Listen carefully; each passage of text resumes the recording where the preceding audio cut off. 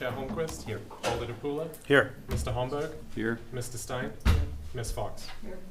Mr. Grice, Mr. Chapman, and Ms. Follett are excused. All right. Item 3 is approval of the minutes from March 23rd, 2026. Is there a motion?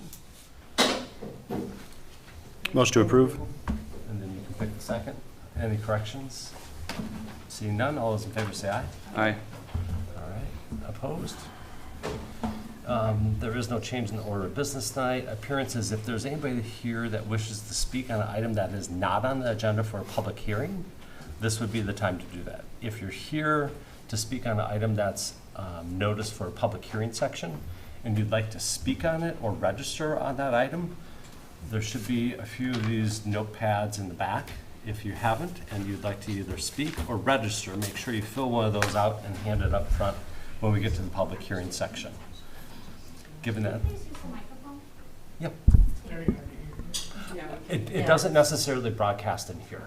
Well, we still can't hear you. We're broadcasting here, we still can't hear you. I'll try to speak louder. How about that? All right. So if you are here to appear on an item that is not on the agenda for a public hearing section, this will be the section for you to speak.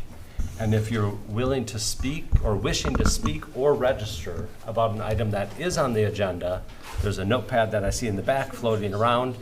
You would fill that out for that item.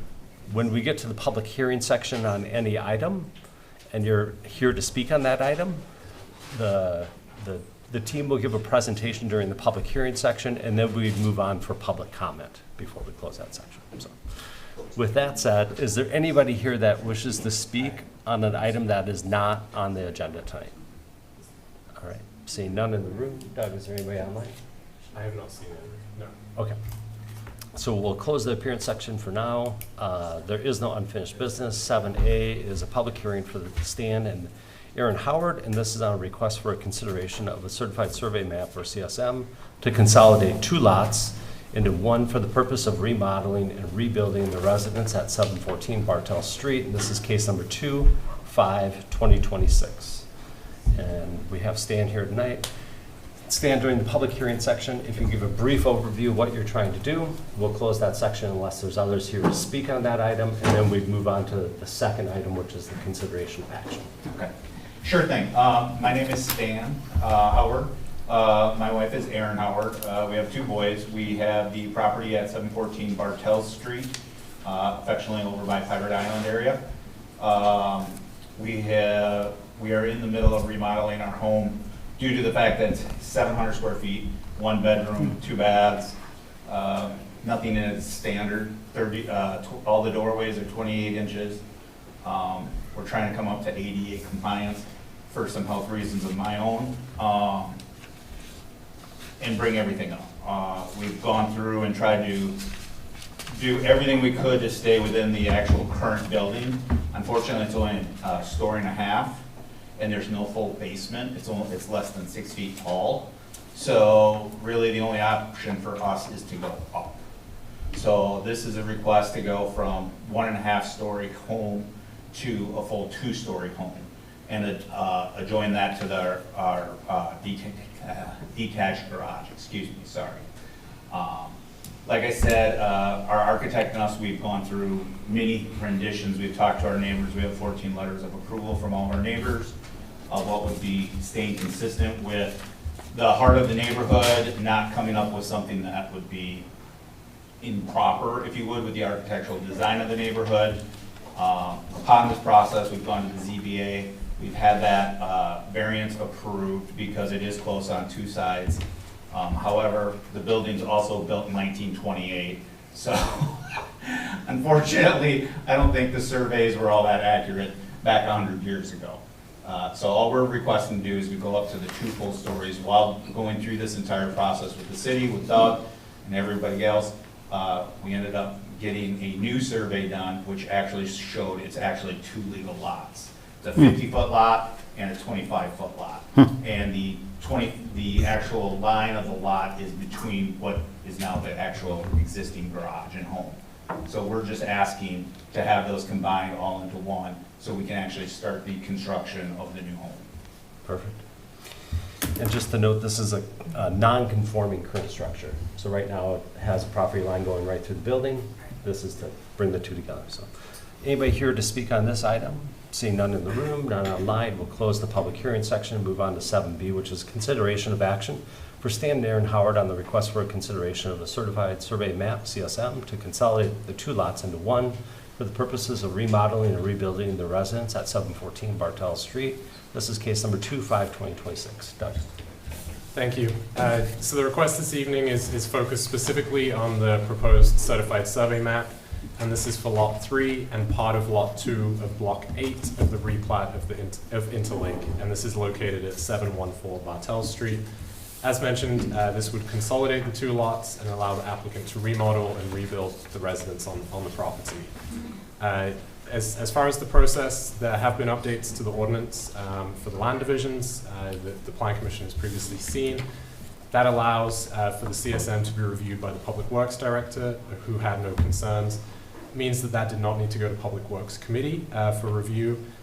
This does need to be reviewed by the Plan Commission, though, because this cannot be reviewed as a minor land division, simply because of the lot size and the lot dimensional standards. So jumping to that, the minimum lot size, 714 Bartell Street is Zone 2 family zoning district, which lists a minimum lot size of 10,000 square feet, a minimum lot frontage of 70 feet, 70, and minimum lot width at the building line of 60 feet. As proposed, the lot area is just over 9,200 square feet to the ordinary high water mark. The frontage along Bartels is 75 feet.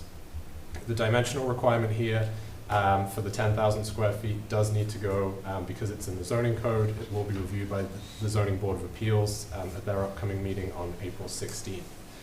As far as access to streets, for the proposed lot, no proposed lot division shall be approved unless the resulting lots adjoin a dedicated street at least 32 feet in width, face to face, located within a right-of-way at least 60 feet in width. The proposed lot fronts Bartell Street, which has a right-of-way shown at 50 feet, 50, and then while not shown on the CSM, the street is estimated at 32 feet in width based on GIS mapping. Previously, in the past, the Commission has been comfortable with this element if conditions are existing, with including a finding of fact, and that is included in potential motion. This was reviewed by the city's consulting engineer for best practice from a surveying perspective, and that review letter is included in the packet and is also a suggested condition of approval. The staff recommendation is recommendation to council for approval of the certified survey map. That is conditioned upon the ZBA approval of the lot size with that variance forthcoming here. Some of this was sequencing and just being mindful of the applicant's process as well. So with that, recommendation is approval to the city council. Thanks. All right. Any questions or concerns or a motion? Chris? One question. I have no issue with the CSM. It makes total sense. It's an existing non-conforming lot. It's being made bigger, yet it has to go to ZBA because it's not 10,000 square feet. That doesn't make any logical sense. The determination, so I did speak to the city attorney about it, and the determination being that this is the creation of a new lot. Although the exterior boundaries, external boundaries are the same, new lot, therefore ZBA was deemed to be the path forward. Just fixing an issue where a home should have never been built across the property line. Correct. Okay. Well, if it makes you feel better, You feel the same way? well, there's about 6 more properties Yeah. where this is common Yeah. on that part. It's Yeah, we've just such seen- the oldest part We've and seen it nothing's in ever been done. other areas, Right. but we've done this in the past and we haven't sent it back to ZBA. It's just a question. This one is unique in that it's the first one I've seen that's been less than 10,000. Most of them have exceeded the minimum lot size. The smaller dimensions on here pose that unique element for this review. There's some sequencing items, as Doug alluded to. We'd already met at the ZBA. I got Okay. to meet Stan and his wife already once. And that had to do with the non-conforming being able to build up, because we were still then encroaching and we needed Right. approval to do That I that get. piece. That I get. And so, Making your non-conforming lot bigger, I don't get why you go back for a variance for that. all right, Susan? I don't know if anybody else have, I would move approval. Nope. I I just saw your hand half up Okay. earlier, so I'm not sure if you Just actually gonna had jump something. right in. All right. Yeah, I mean, we do see non-conforming lots in Monona, Yeah. particularly in that area. I think it totally makes sense. You're just correcting something that should have been corrected before, probably, so, yeah. I move approval with finding of fact and conditions of approval as written by staff. All right. Second. All right. Any further questions, concerns? All right. All those in favor say aye. Aye. Opposed? All right. Thank you. We'll Thank see you again at zoning. Till the next time. Yes, yes. All right, we can move on to 7C, and this is the public hearing on the request by Noel Development, represented by JLA Architects, on the request for a consideration of a GDP or general development plan for the site located at 4711 Monona Drive, and this is for a multifamily development, case number 2/4/2026. And so we have the team here. My guess is you have a presentation for us to put up on the screen? Yes. Okay.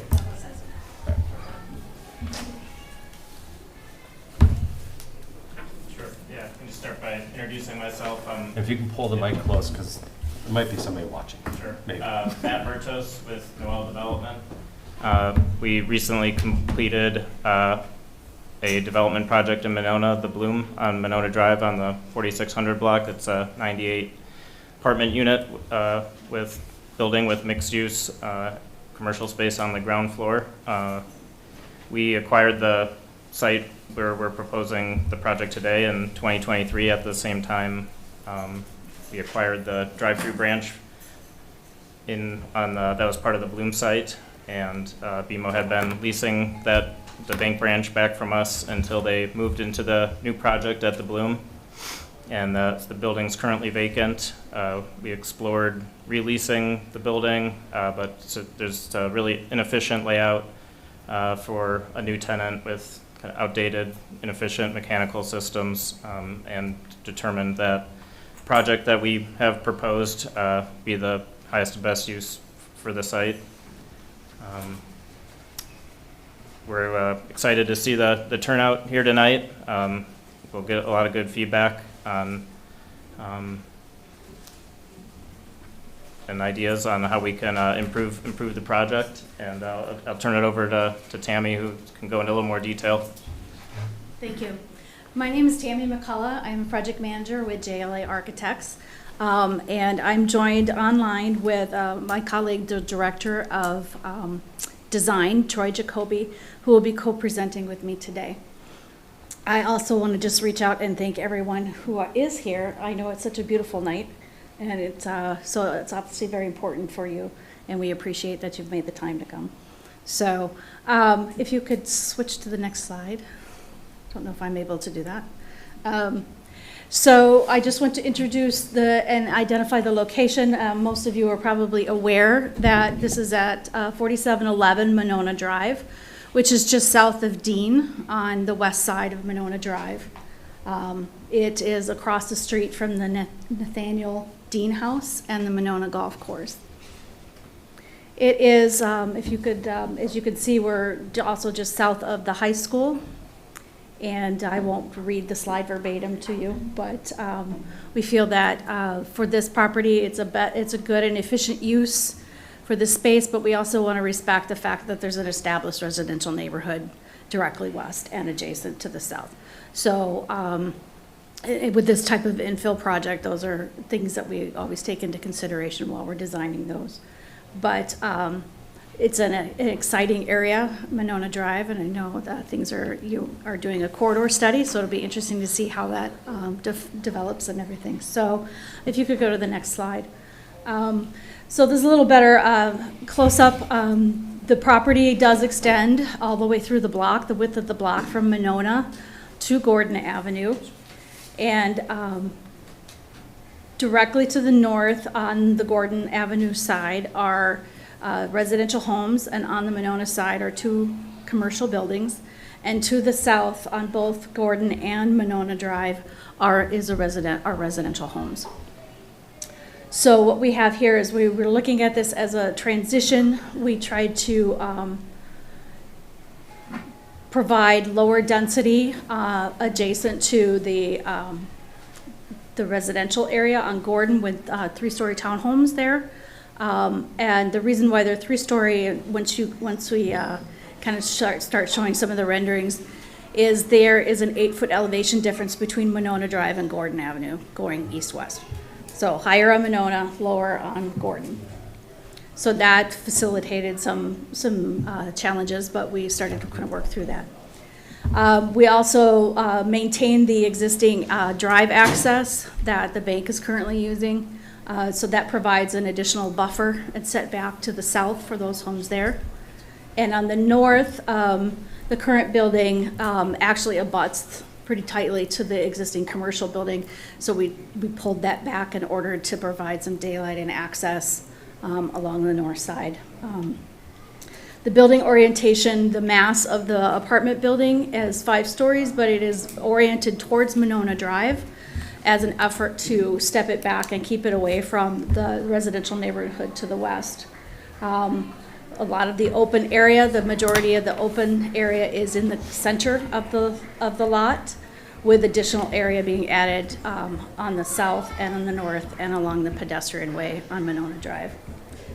So that it talks about our integrated open space there. If you could go to the next slide, Donna. Thank you.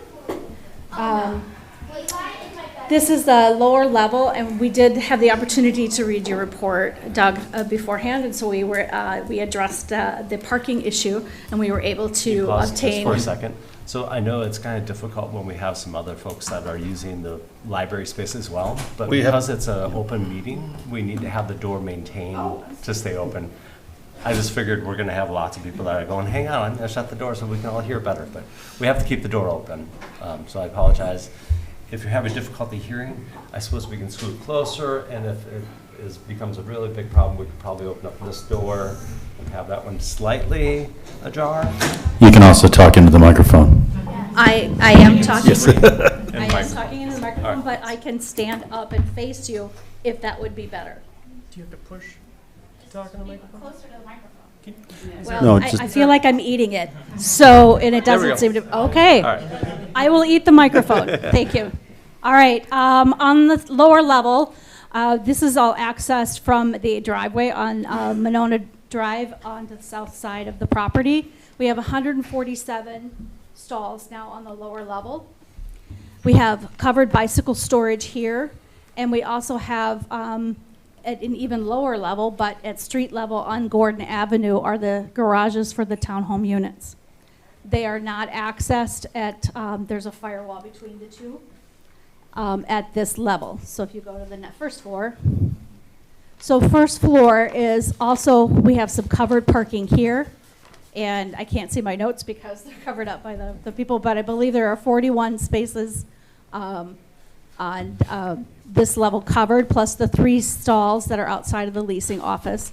And then there are 8 one-car garages that were on the lower level for parking. But as you can see, this level of parking is also accessed from the same driveway that we access the lower level. So none of this traffic for this building will be coming through the residential neighborhood.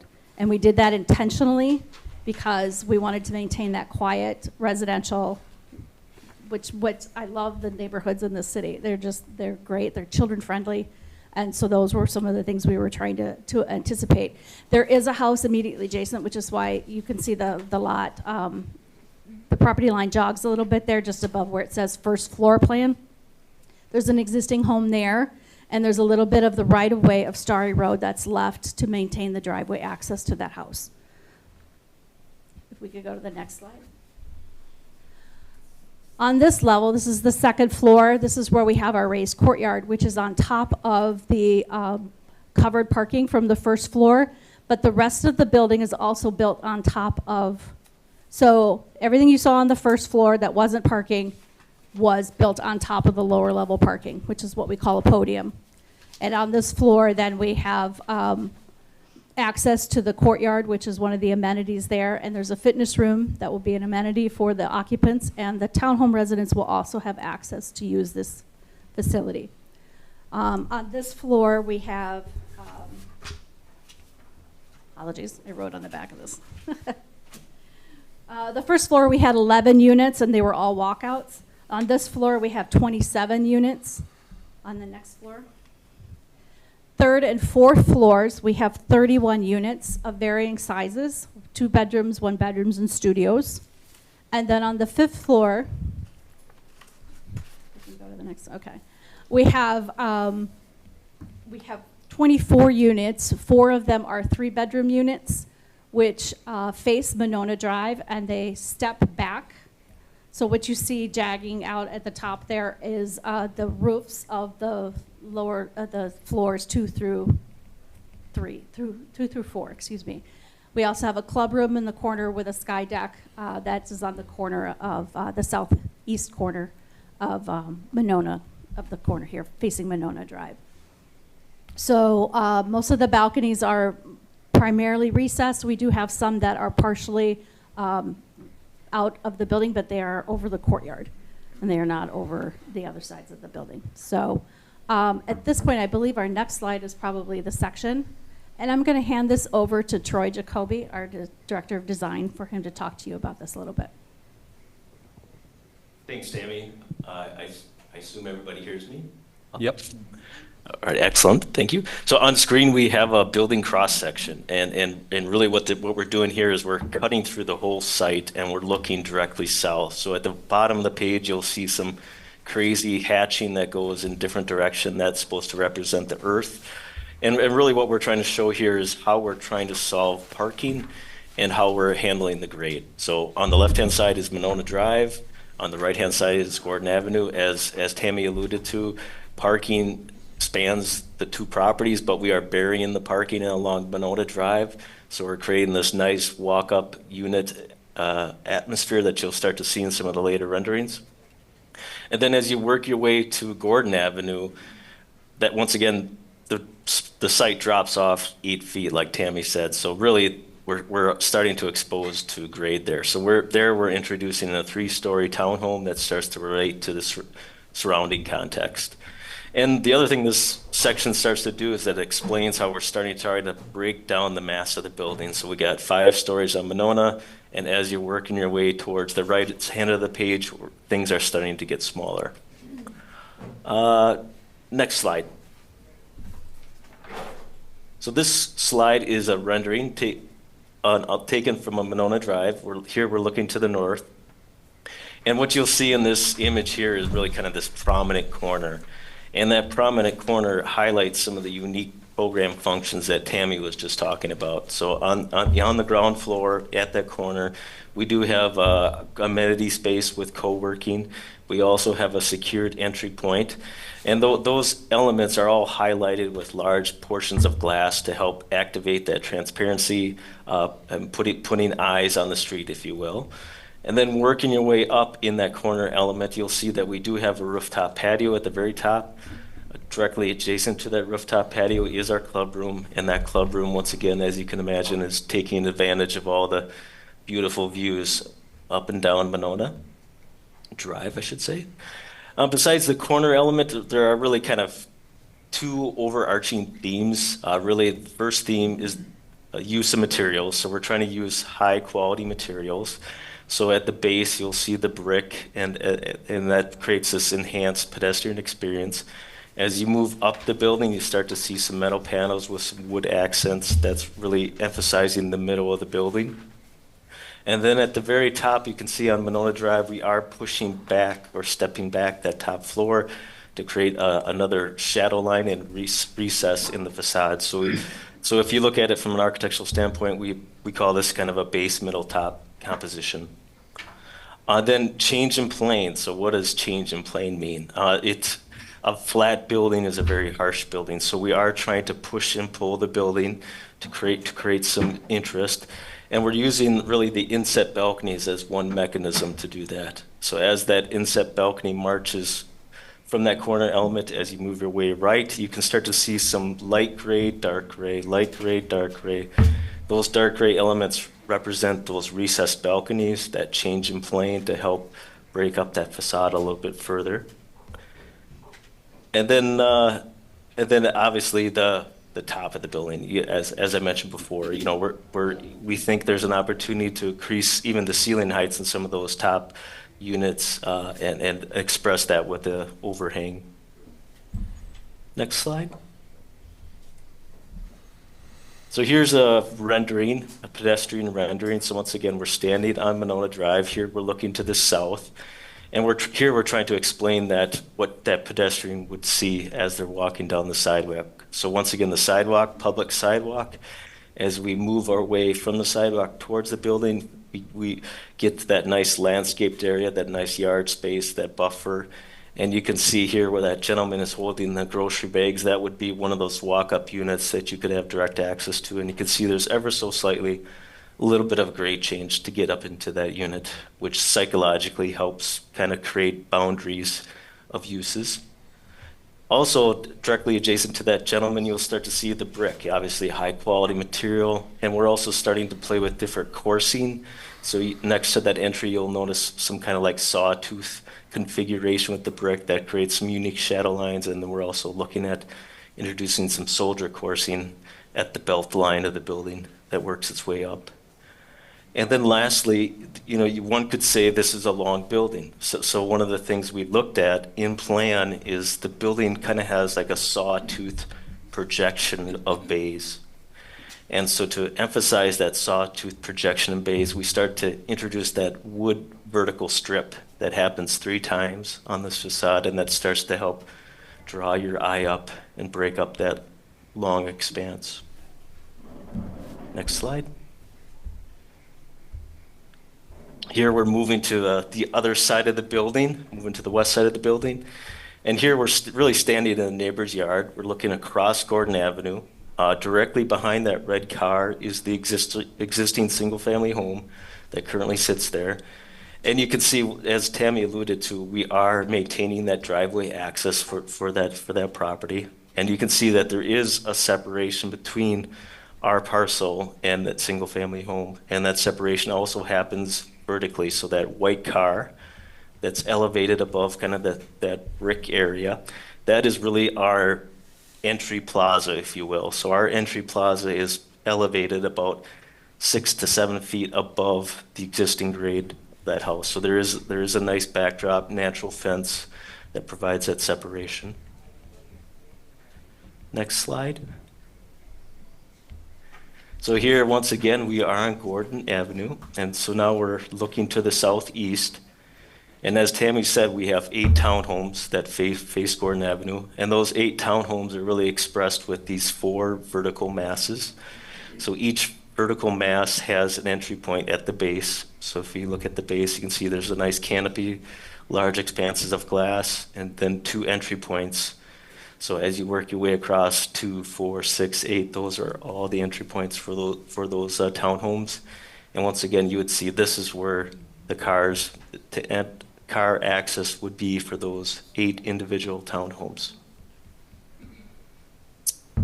And then also, oh yes, quality materials. Yes, so we are taking that same material palette that you saw on Monona Street, and we're bringing it across here to Gordon Avenue as well.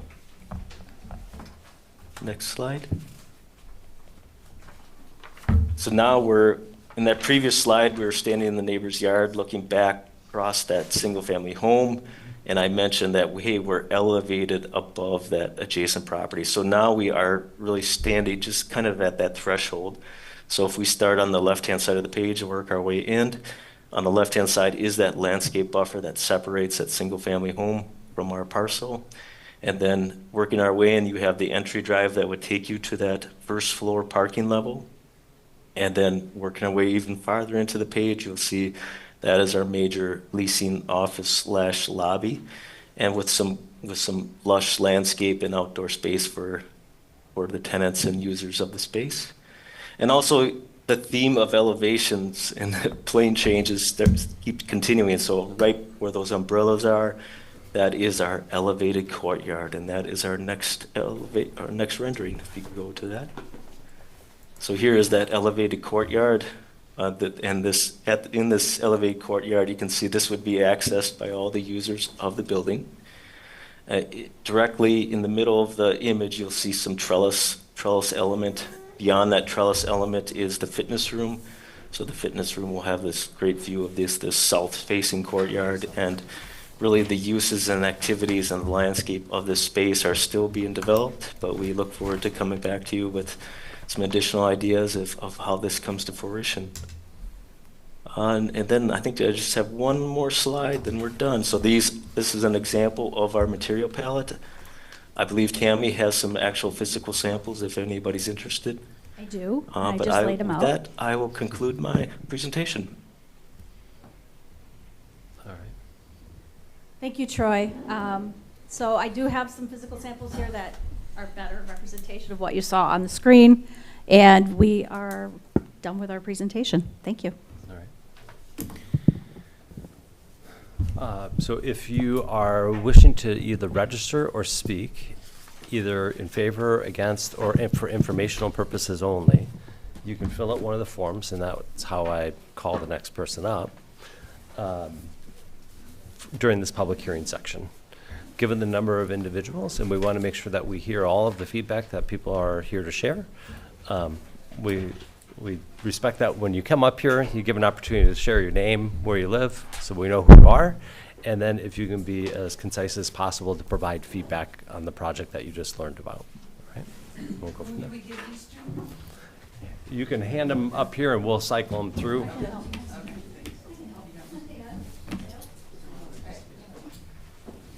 We'll give people a second to get reorganized here.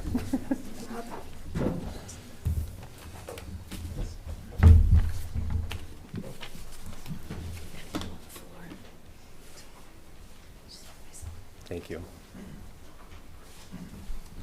And if you change your mind midway through and you decide that you do want to speak and I don't call your name towards the end, we'll just slot you in. That's quite all right.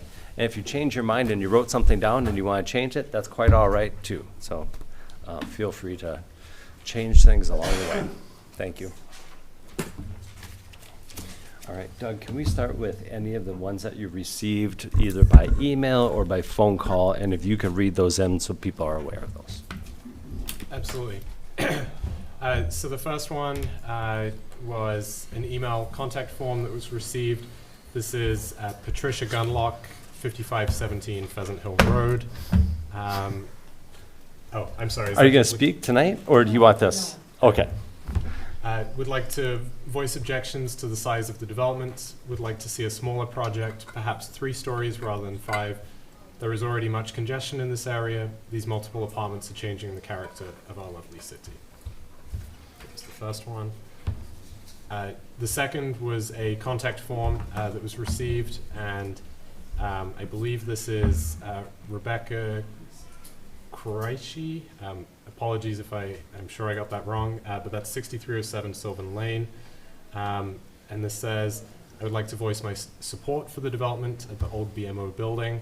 I understand how private development functions and that the city must approve any development proposed that falls within the set zoning code. I support more dense housing and more apartments, multifamily housing, and other residential buildings as needed for Monona. And then the third was an email. Each commission member should have a copy of this. Do you want me to read this in as is, or? Yeah, because I think people here are Yes. going to want to hear it. Yeah, absolutely. So this is from Mrs. Cheryl Kontz, and that is 204 Starry Avenue.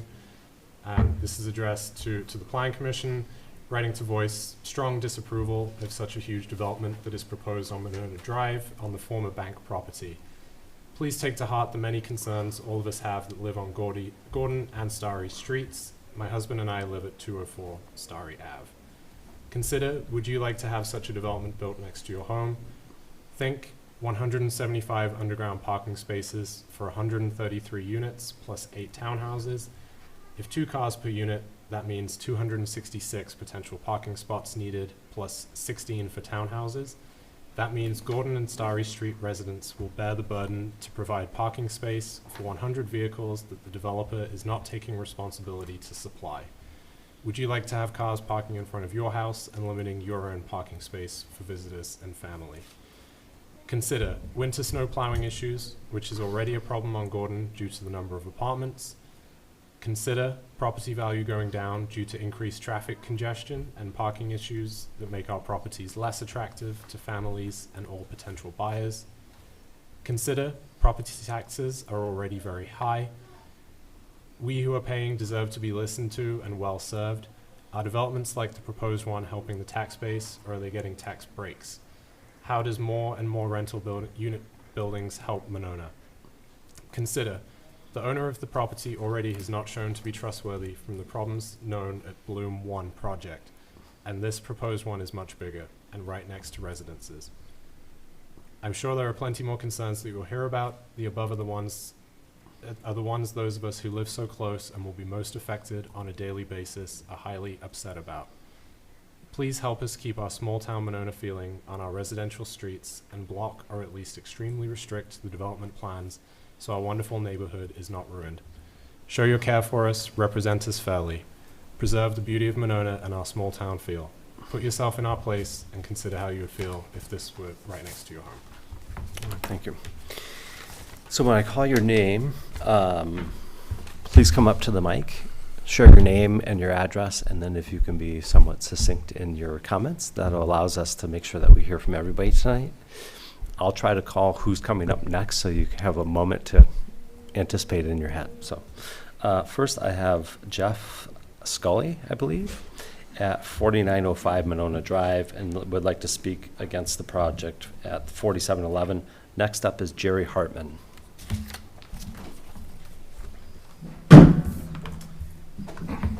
Hello, my name is Jeff Skelly, and I live at 4805, which is immediately to the south. I don't know if that was a misprint on my side. My reading of. So I live immediately south of the proposed building, and I'd like to voice my disagreements. The proposed density isn't unprecedented for Monona Drive, but the height compared to its neighbor apartment buildings is unprecedented. It's 25% taller than the Bloom 1 with immediately adjacent single-family housing units, some of them single-story. When the Bloom 1 was originally proposed, it provided information on how the construction would affect shadowing and loss of daylight to the surrounding neighborhood. That wasn't included in this submission, and I would ask that that be included in future submissions to the Planning Commission and brought forth for public comment.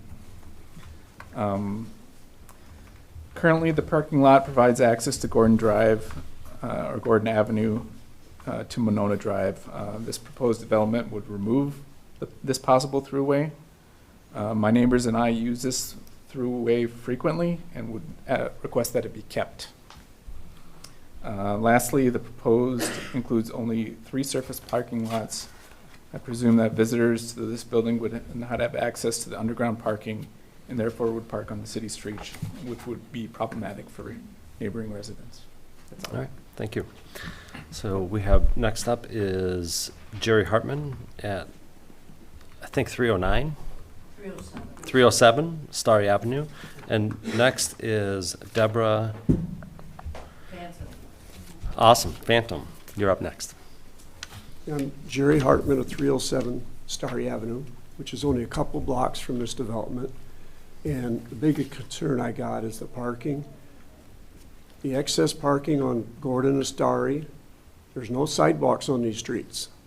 All the neighborhood walks on these streets. They walk their dogs, they walk themselves, and that we enjoy doing that. If they're parking out there on both sides of the street, where are we gonna walk? Cars will be having to get through there somehow. So I think that's a real safety hazard. And then as far as the structure being so big, I think that's really bad. You're already starting, you set it 8-foot elevation higher, then you're adding 5 levels to that. I think it's getting way too big. I think the norm in all Dane County has been 4 stories. So for this one to go up that high, that close to single-family homes, I just think it's overdone. And those are my concerns. All right, thank you. Deborah, you're up next, and then after that, I have Dave Irving. My name is Deborah Fanton. Boy, that is loud. Yeah, go for it. No. Deborah Fanton, 307 Starry Avenue. I just have some thoughts here. There's not much thought in doing this for people that live here. the home values I'm concerned about. And why are we doing this? There are so many apartments. You go down Cottage Grove Road, you go everywhere. And some of these are so high that it's blocking the view when you turn a corner. And who's going to buy the homes if you want to sell? I mean, like the gentleman that is going to be, well, that is living there, that this monstrosity is going to go up. If he wants to sell his home, who's going to buy that home? And the value of the homes, will they be going down because of all these apartments that are going up? This is outrageous. And I am upset about this. Thank you. Thank you. All right, we have Dave Irving up next, and then Eric Madsen, if I have it correct? Okay. Hi, Dave Irving, 106 Starry Avenue. We, myself and my wife behind me, are the people underneath. We are in the house that is included in the lot. And we would very much like to echo concerns about property values for the entire neighborhood, specifically for ourselves. I have a hard time picturing anybody wanting to buy that parcel after this is built, which is quite a burden to put on a constituent. I have a lot of issues or concerns about the parking, as others have said. I cannot see any way that this is not going to just line our streets with parking. We are going to lose parking due to the townhomes, because the townhomes are all curb cuts. That's going to eliminate that section of parking. We have the same issue with the continuation of Starry Avenue into the area, which allows us access to our driveway. I have a hard time believing that that's not going to be filled with delivery vehicles at 7:30 every morning when we need to get out. That sounds very problematic to us. And I'd also like to bring up the fact that as of right now, our house and the houses directly to the south of us, as long as a portion of this property is zoned for commercial district development, or excuse me, community district development. I understand that there's going to be an effort to try to consolidate this lot into one zoning, which it is not right now. It is zoned as single-family community development and commercial, not residential. I realize slightly off topic, but I am wondering why our homes are designated as such if it isn't intended to be taken for another one of these buildings in the near future. That seems to be the intent behind it. And while I'm not the oldest person here, I'm going to share a little bit of my grandfather's wisdom. He always taught me to think in extremes and act in moderation. I'm having a hard time understanding where moderation is coming in with this building. It is larger than anything around. The townhomes themselves are a story taller than any building in sight, much less the entire building itself, which is which is double. And we're hoping that the plans that are being submitted can be amended in some way to better match the character of the neighborhood, such as it will be. Thank you. Thank you.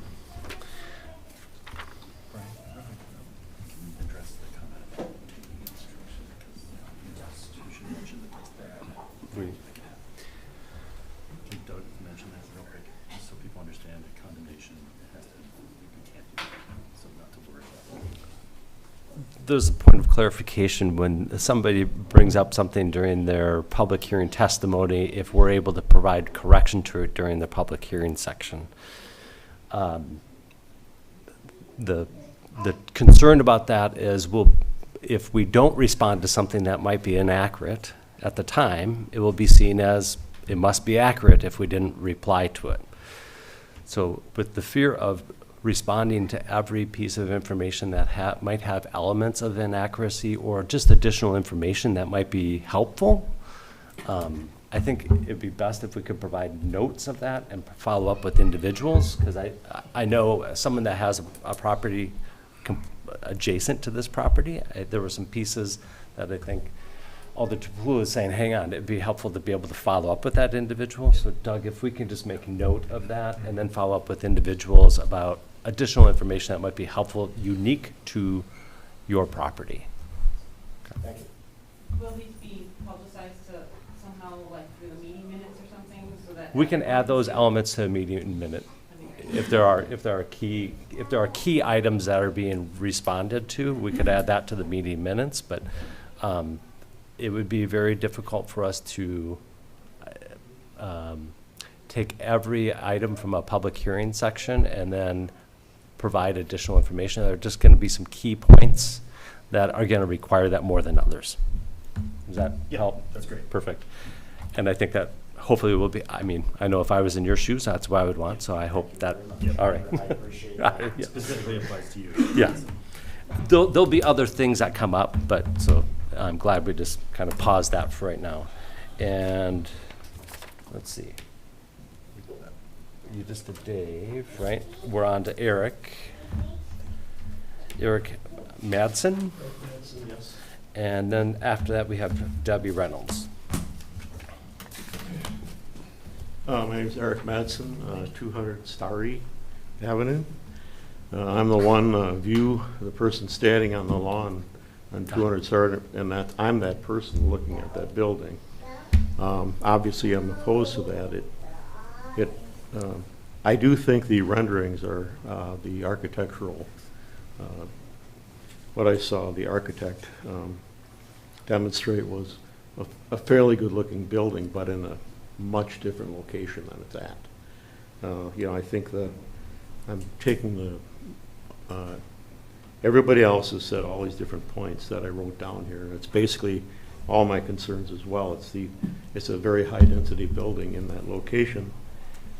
Parking, I think it's been mitigated a little bit by having that large wall there as a buffer between Starry and Gordon, and having parking problems that may alleviate some of that, but I have concerns about the townhouses and more traffic. It's certainly going to impact my parking any of my vehicles.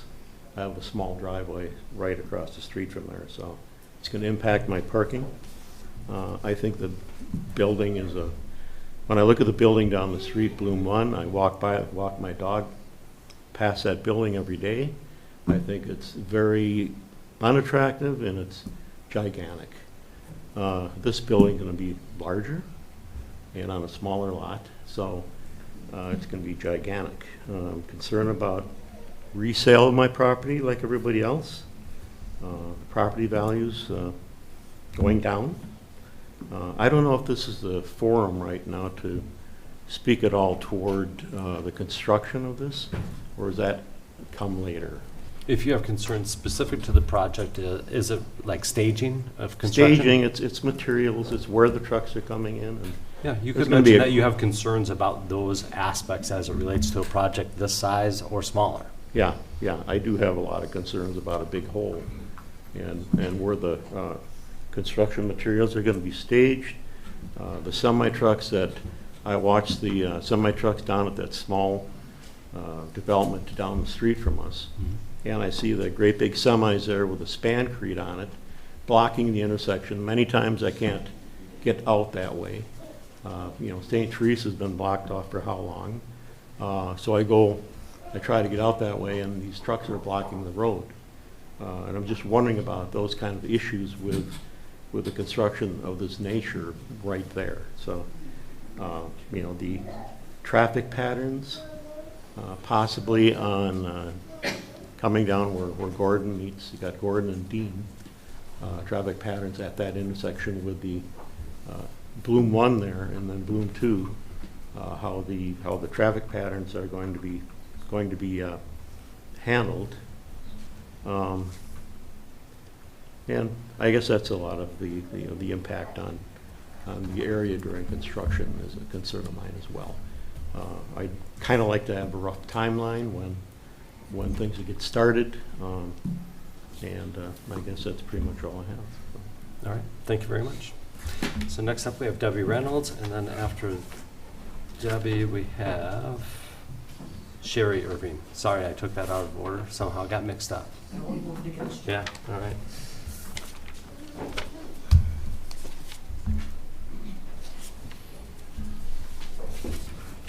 My name is Debbie Reynolds. I live at 203 Starry Avenue, and I apologize. I have a very long, I may speak fast, I may speak long, stop me if you need to, but I have a lot of information that I've been looking into. Any additional information that you don't cover? I will certainly send it in. You can always send it, and we can I'll add give you that the in. whole shebang. Yep, because sometimes it's easy to summarize paragraphs, but then you want to provide some of the supplemental data. That's I don't know if quite all I'll right. have the nerves to summarize, but I'll try. Yeah, no, I hear you. Deep breath. Yeah, so I just want, I want to say I appreciate the design. Like Eric said, it does not seem to fit with our neighborhood. I also would like to begin by saying that I recognize that the Plan Commission has not made any decisions on this proposal. Some of my comments may feel premature. However, I feel it's important they are addressed based on how these proposal processes have proceeded in the recent past. I would like to draw attention to design guidelines that appear to have been overlooked in this proposal, and hope my thoughts will encourage the city to request a redesign that will fall more in line with our city's current design criteria. I've been doing a lot of research in the last few days, as we just received this notice of the proposal 1 week ago, and I was out of town for work during most of that week. My eyeballs are swimming a little as I try to understand all the guidelines, so please forgive me if I don't have all the information. I'm doing my best to catch up. I also apologize if it seems like I'm rambling, but as I said, I didn't have a lot of time to put everything together and refine everything. So I'd like to start with the introduction to the city's comprehensive plan. It states in the third paragraph that the city provides a highly desirable small town character and sense of community. It goes on to discuss the Monona Drive Urban Design Guidelines in 8.2.2, the design standards for development and redevelopment. Along with a few other points, this section states the goals of the Monona Drive Urban Design Guidelines are to establish a distinctive sense of place within the Monona Drive corridor, create an environment that encourages social gatherings and neighborliness, optimize a balance between needed parking and aesthetics, better define Monona Drive as Monona's main street. I do not see the proposed design doing any of these things. The large scale of the building does not reflect our small town character. It does not establish a distinctive sense of place because it loses that connection with our roots of a cottage community. There's no balance between parking and aesthetics, as much as the lower level parking structure is exposed to the north and south sides due to the slope of the lot. That equates to a large exposed concrete wall on the north elevation that will be 1 to 1.5 stories high. This does not seem very aesthetic. I struggled to find the code requiring the percent of green space required on the lot, but I seem to remember that during the bloom, that it was somewhere around 20 to 30%. I noticed on the drawings that you guys noted 30% open area, but not 30% green space. What I find the most important bullet point in that list is saying that new developments should better define Monona Drive as Monona's main street. This takes me back to what Monona is and why we all love it so much. We love it for the small town charm, the cottage community that became a city while maintaining its identity as a small town within a bigger town for 50 years. Look at the other small towns in the area: Stoughton's Main Street, Middleton's downtown areas near Parmenter, or the city center space near its Frank Lloyd Wright development. Look at Sun Prairie or lastly Wanakee. They all have a downtown area that reflects their small town charm, and their main streets are built, some old, some new, with 2 to 3 story buildings that are a visual reminder that you are not in a big city. I'm told developers can't make money on these size buildings, although these communities seem to be making it happen. I'll move on to section 8.6.1 in the city's comprehensive plan, future assumptions and projections. It discusses how there is a shifting preference toward higher density residential units with close proximity to amenities including recreation, retail, and restaurants. It also says this demand will need to be balanced with the desire to maintain the single family residential character of many existing Monona neighborhoods. This large-scale building plopped in the middle of a block full of single-family residents does not feel balanced, and continuing to add large, dense apartment buildings with minimal, or in this case, no commercial space, does not offer these potential new residents the amenities our design criteria suggests should be there. Section 480-30 of our city code describes the community design district, which a portion of this lot has been designated. That code expects a compatible mix of residential, commercial, industrial, or open spaces. This proposal is only residential. It does not strike an acceptable balance between natural preservation, growth, and development as stated in B1 of this code. It is only growth. It does not preserve open spaces. It will close us off to Monona Drive completely. It will also likely create traffic or parking demands incompatible with the existing neighborhood as prohibited in B4C of the code. As I investigated further, I found more conflicts between this proposal and the Monona Drive urban guidelines, where the guidelines state that the site should take into consideration the contextual relationship to adjacent sites and their uses. Sections 480-17 and 480-19 of our city code, general site performance standards, and architectural compatibility continue to discuss how the architectural design is supposed to be harmonious and compatible with nearby development and existing buildings in the immediate neighborhood. 480-19 states that new developments are expected to enhance property values. I don't see how this development fulfills any of these requirements, and due to its abnormal character in relation to its surroundings, many of us are concerned that this size of development will actually decrease the value of our homes instead. The Monona Drive urban design guidelines also state that proposals should establish configurations responsive to local patterns such as street system, open spaces, and view corridors. Again, this building, as designed, will eliminate our neighborhood's connection to Monona Drive through the right-of-way and open space that used to be the beginning of Starry Avenue. Section 480-19B states that no building shall be permitted to be situated on a lot as to unnecessarily destroy or substantially damage the natural beauty of the area. This size building will completely block the recurring view of beautiful rainbows that pop up often in summer evenings when rain clouds make way for the setting sun, projecting full color spectrum on the clouds above the golf course. Me and my neighbors like to go out during these little sprinkle storms and into the middle of the street and catch these rainbows. It's a tradition. I have talked to many of our neighbors, as well as my many friends, relatives, classmates, and casual acquaintances who live in Monona. I'm a lifelong resident. In the short time that I had to discuss this with them, nearly all had concerns about how Monona is proceeding with these apartment developments. No one felt that there should be no development. We all recognize the need to revamp our main drag. However, many are concerned about the scale of what's being approved. Most agree that the larger buildings belong on Broadway, where the current buildings, the North Point Apartments, Broadway Lofts, and River Place are or are being built. Most were actually excited and seemed eager to sign our list of people supporting a redesign of this development. Many of us don't understand why we need so many apartments. We have added 7 large buildings, 764 units in the past 6 years that we are told bring in more taxes, yet we still needed to pass a referendum to pay our city employees more.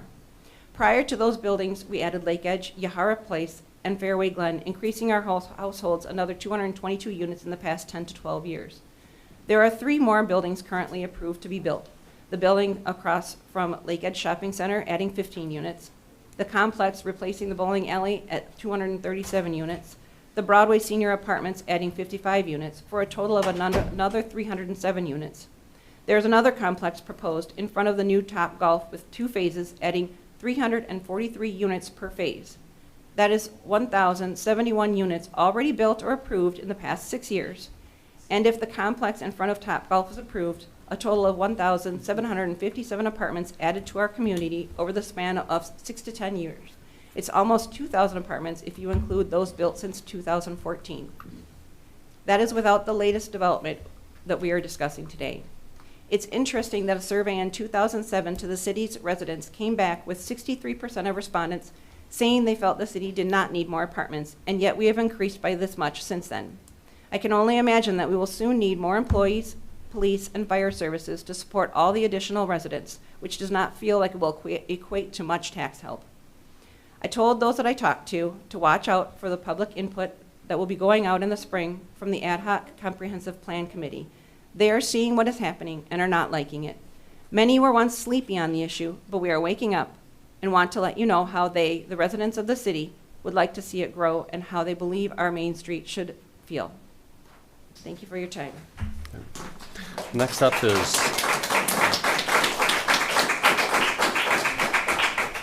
Just Next up is- one last quick thing. I just wanted to say, in the 2 days that we had to go and talk to our neighbors, not even just the immediate neighborhood, again, a lifelong neighbor, I talked to many people that I know, and some of them told me, oh, God, go talk to this neighbor, talk to this neighbor. And I knocked on a few doors. We were able to get 75 signatures in 2 days of just talking to people, and there was a lot of talking. But again, they were all, I had 3 people that were not interested in signing, but not because they said no, they wanted to do more research. So just in 2 days, I just want you to know. And then everybody. Thank you. Sherry Irving is up next, and then followed by John Schwartzheimer. Is it John?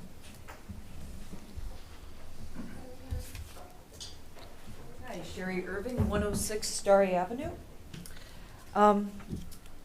When we looked at the property at 4711 Monona Drive, we recognized that it was only a matter of time before it would be developed. What we didn't anticipate was that there was a proposal of this intensity, a project that had greater density, while smaller than the original Bloom site, and abuts residential homes on 2 sides. And this would be among the most dense developments in Monona. While Monona Pines is also dense down the street, it doesn't border residential homes in the same way and has a more compact footprint. The agenda states that the density of this development is at 80.6 units per acre, and this type of development is considered to be high density or ultra high density, and is typically found near transportation hubs. And while Monona is working to improve access to public transportation, the necessary infrastructure is not yet in place, and the area remains largely car dependent.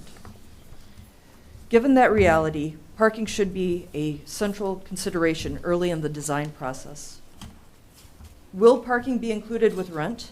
In other Dane County communities, when parking is not included, some residents choose to rely on on-street parking rather than pay the additional fees, often leading to tension with the surrounding neighborhoods. The current proposal includes what I could see 3 exterior surface parking lots. Now, this raises a practical concern. Where are delivery drivers stopping? Where will visitors park? And even if underground parking is technically available to these visitors, how many are likely to choose on-street parking for the convenience? As a result, there is a real concern that nearby streets will become the overflow parking for the development. Since I don't know when the next time is that I'll be able to address the commission, I respectfully request clarification on 2 items. 1, how does the current proposal align with the proposed community design district rezoning? And 2, that the proposed project include a shade study, though I understand that I might not have right to light. I still would very much want that produced if possible. Also, please note that there is frustration in the way this meeting was advertised, nothing personal to any one person, but the neighbors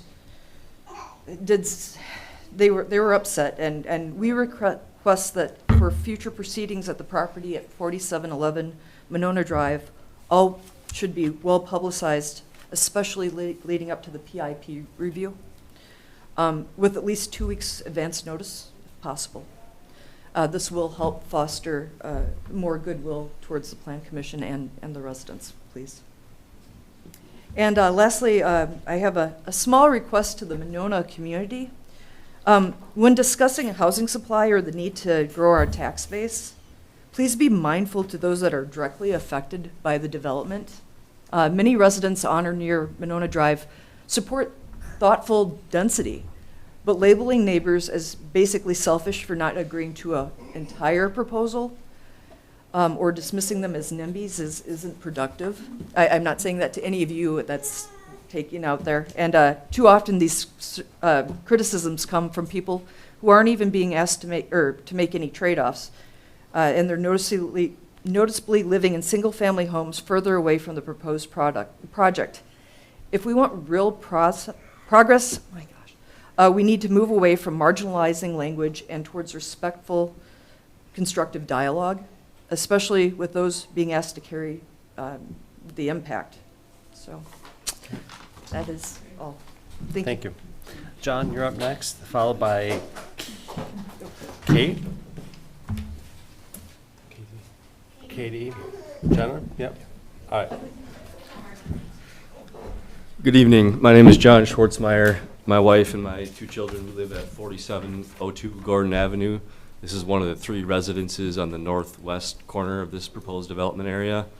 So, understanding that development is in the future for this area of the city, I would not be opposed to a proposal, but I do think that the current design that's being proposed here does obligate some design changes. And echoing what everyone else has already said here, my comments pertain mostly to the north end of this building. So the concern here for me is that the height and the distance of the 5-story portion of the structure to the neighborhood or the residences to the north and also to Gordon Avenue on the west is that this height and distance does not provide an appropriate transition from the commercial district to these residences which are directly adjacent. So my pointed request would be for some consideration for additional setbacks to the north and to the west, as well as potential step back or terracing of that 5-story structure on the north end of the parcel. All right, thank you, John. Katie, you're up next, and followed by Jay. Good evening. My name is Katie Giha. I live at 4705 Gordon Avenue, so that's just like kitty corner across from the structure. I moved in less than a year ago, so really excited to be in the neighborhood. Understood that probably development would happen in this lot, but also, very surprised at the size of this. I understand that Monona Drive is identified as a redevelopment corridor, and I'm not opposed to thoughtful development. However, this proposal goes far beyond what is appropriate for this site. At 125 units on just 1.65 acres, this represents an extremely high level of density and site intensity. I would ask the Commission to clearly explain how this proposal meets the Monona Drive corridor design guidelines, especially regarding building mass, scale, and compatibility with adjacent residential areas. At a minimum, this density should be reduced by roughly half to better align with the scale of surrounding development. Finally, as other people have noted earlier, I'm concerned about traffic impacts along Monona Drive and Gordon Avenue, and whether this infrastructure can safely support this level of density. I respectfully ask that you deny this proposal or require a significant reduction in density and a design that better transitions to the surrounding neighborhood. Thank you. Thank you. All right, Jay, you're up next, and followed by Therese Morris. Do I have it right? Is it Therese? All right. So Jay, if you can just share your name and address. And yeah, my name is Jay Monroe. I live at 4805 Gordon Avenue, which is just slightly across from the new development. A couple of my first concerns there, along with everything that everybody else has said, I'm opposed to this proposal, at least unless it was significantly reduced. Anyway, so during construction, with the, what was it, the Bloom one, the first one up the block, there was significant parking of construction vehicles that belong to people that lived all up and down our street, considerably parking a lot there. Number two, parking after all the apartments are done, and I see that you have roughly one space per apartment, and most of the people that I've known pretty much have 2 cars. So where's the extra car that's going to go on our street? And I park in front of our house most of the time because my wife needs to get in and out of a single-car garage, so I always park in front of the house. So that's gone. And just the density of the traffic in the whole neighborhood right there along Gordon area, that will be crazy for over a year. I've seen these projects happen. And the dust and the dirt and all the mess. So I'd like to know what the plan is for parking both during and after construction. I think that has not been properly addressed or thought about correctly. So that's my big concern. Thank you. All right, thank you. Therese, you're up next, and then followed by Anya Beckett. Do I have that correct? Ayana.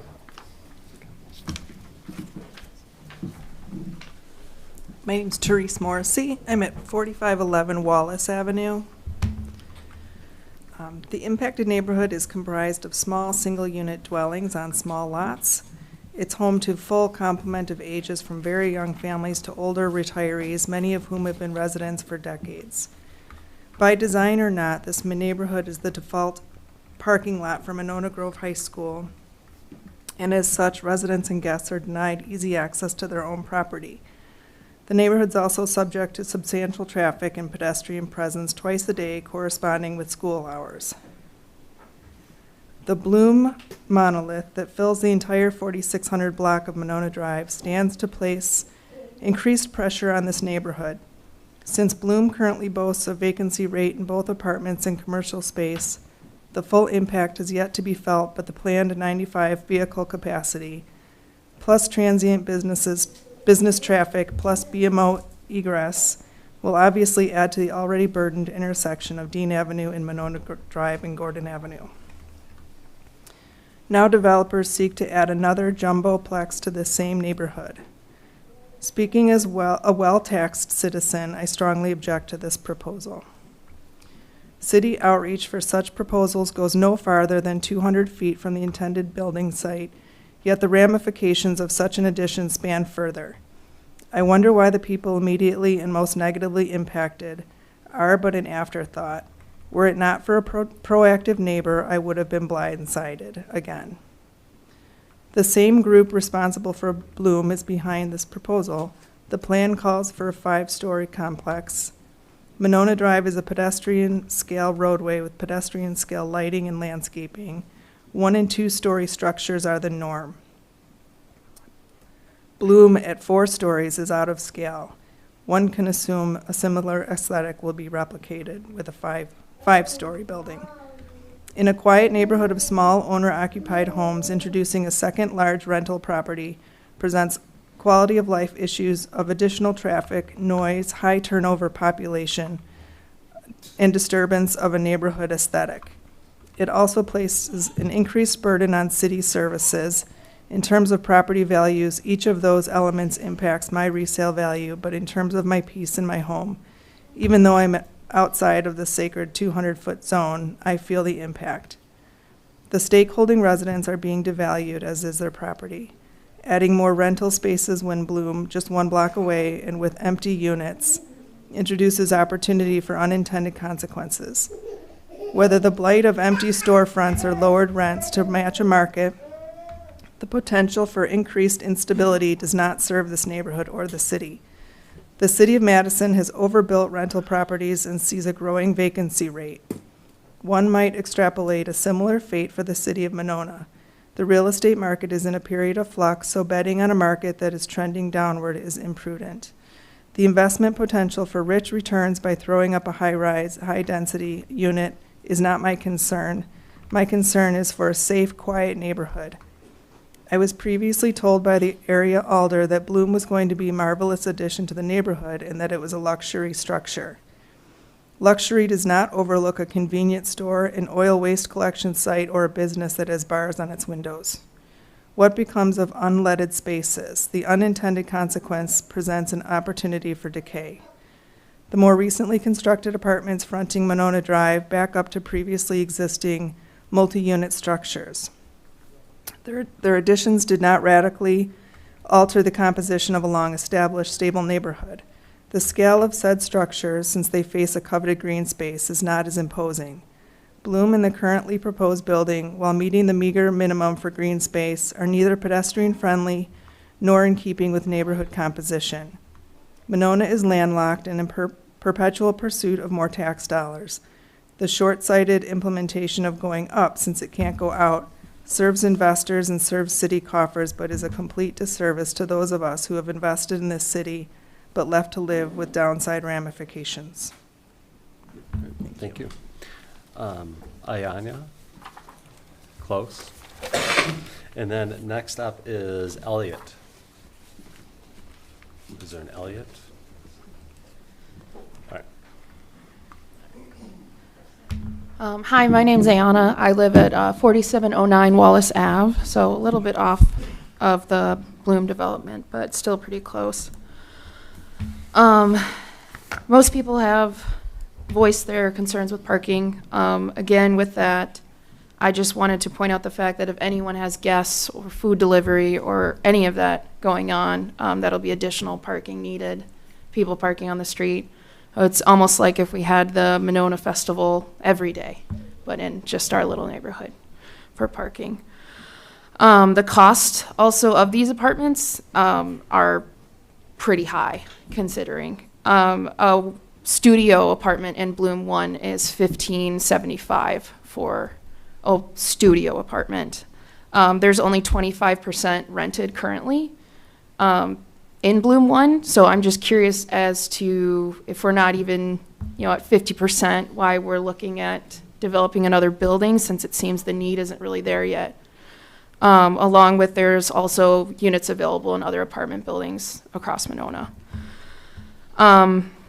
I lived in Monona my whole life, and one thing that definitely concerns me about these plans is I noticed that every single setback or requirement for this project is at the minimum. So personally for me, I view Monona as not a minimum requirement reaching city. I think we go above and beyond in a lot of different ways, and I think we can rewrite this and figure out a way to make this above the minimum requirement too. One thing that no one's pointed out yet too is the safety issue of being so close to the street. So it says there's a 15-foot setback from Monona Drive. If you're counting 3 feet of green space on the part of the sidewalk nearest to the road, 3 feet for the sidewalk, that only leaves you 9 feet.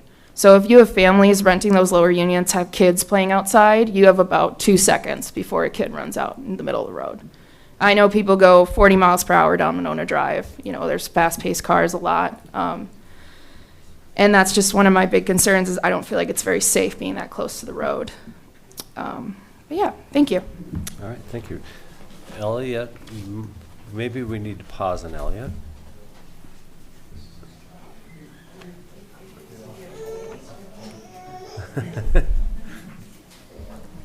After Elliot, we have John, I think it's Bailey?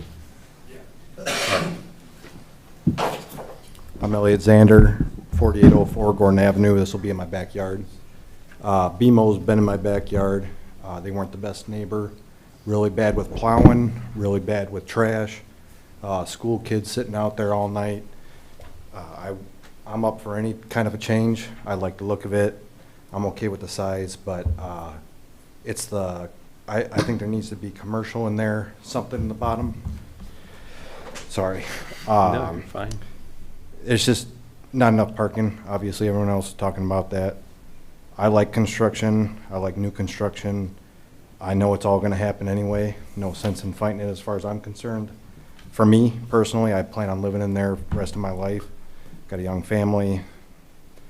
I just want there to be enough parking long term, and if this is what's going to cause a whole bunch of people to need to use the sidewalks and stuff, if my house value is going down and then I got to pay for sidewalks and stuff, I'm never going to sell the house. I'm going to live there forever. I want to be able to do additions to my house and stuff for my growing family. I don't want you guys to be kicking me and my other neighbors out for more developments.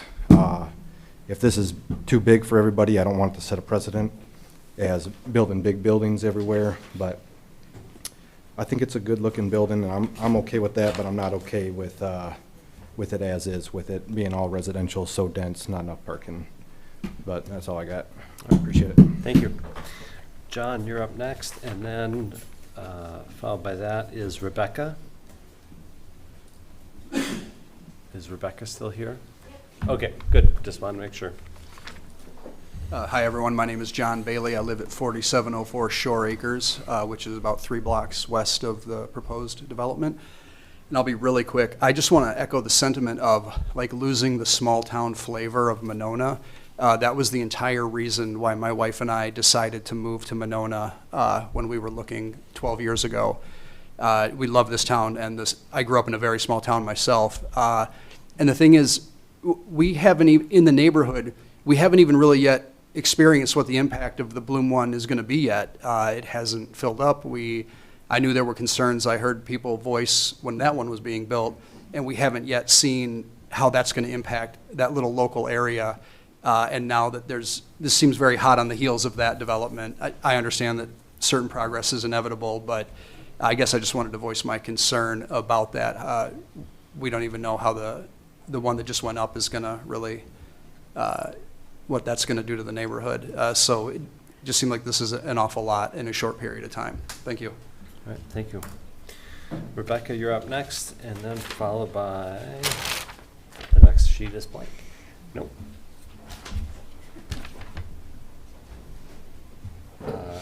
Aaron and Paulette, you guys will be up next then. All right. Hey everyone, my name is Rebecca Derringer. I live at 304 Starry Avenue, about a block and a half away from the proposed site. My husband and I are 21-year residents of Starry Avenue, and we didn't expect to stay there very long. And then we fell in love with our neighbors. We fell in love with the neighborhood. Our kids fell in love. They made their best friends there. The community itself, the neighborhood itself is really tight. And I'm going to speak to that. There have been a lot of facts and things and concerns brought up. But within this neighborhood, that particular parking lot, the PMO parking lot, almost every kid in Monona has learned to drive in that parking lot.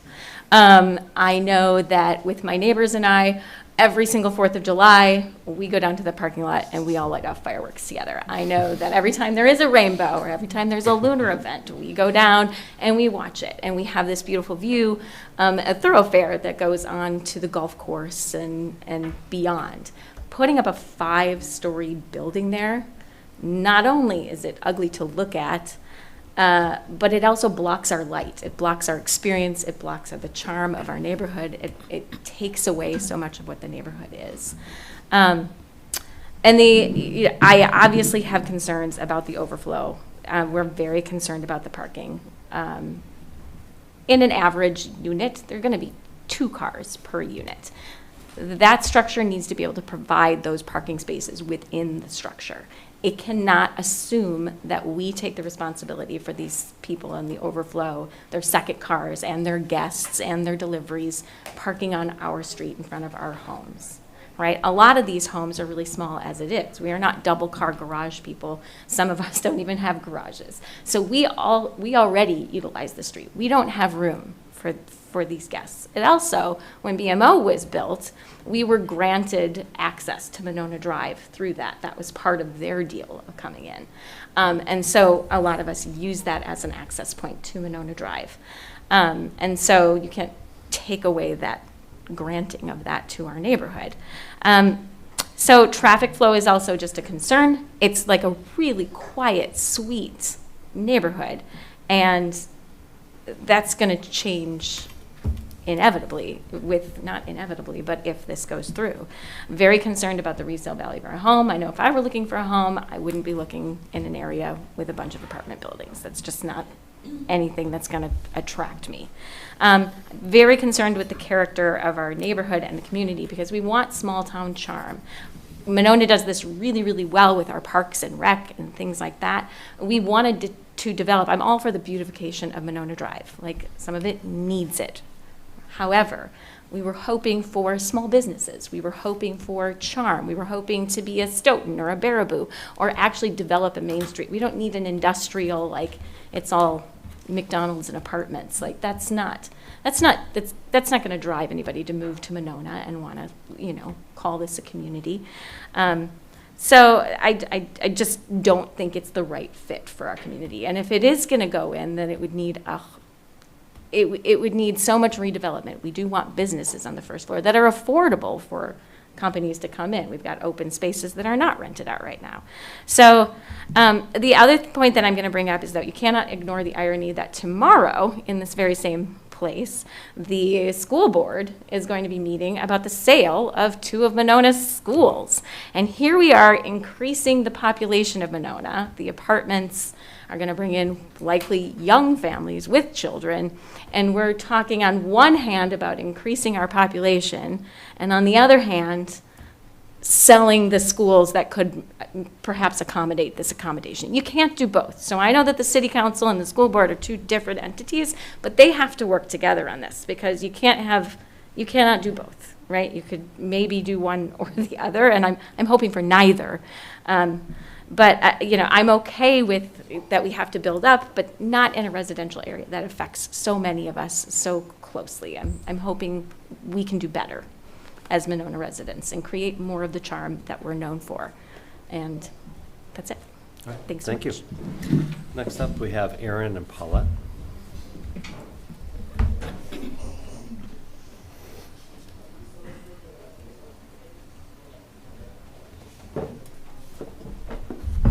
Hi, we're Aaron and Paulette Malcory. We're at 4704 Gordon Avenue, so we're the house directly abutting the north end of the proposal, and we wanted to register opposed to the proposal. We're not opposed to any development or anything there, but between the Bloom 1, this proposal, and the one just down on St. Teresa, it seems like there's an awful lot of people being squeezed into that 4-block area or whatever.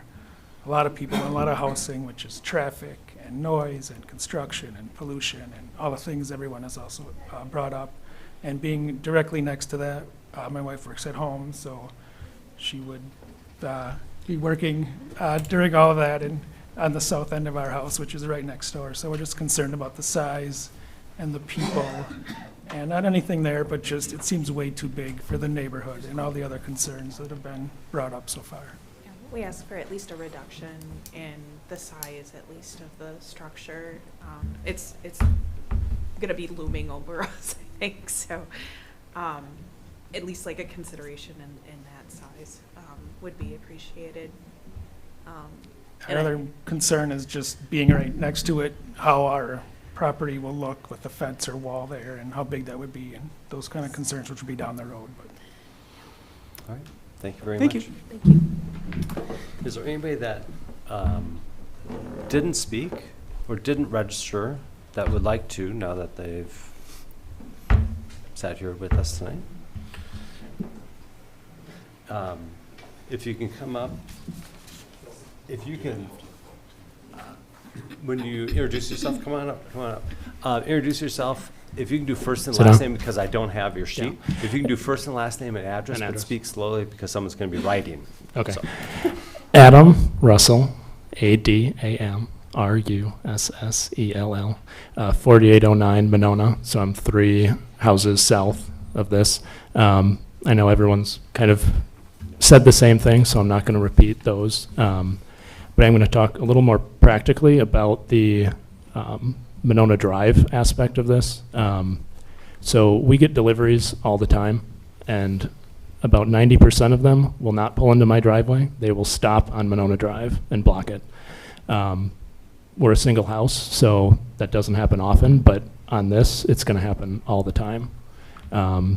So if there could be some sort of pullover or something that would get those vehicles out of the traffic, that would keep traffic flowing, as well as you have, 200 cars that are going to be coming in and out of this one entrance point onto Monona Drive, and turning left onto Monona is not an instant activity, and you're going to have a bottleneck there with cars coming out, and with where the entrance to the underground parking is there.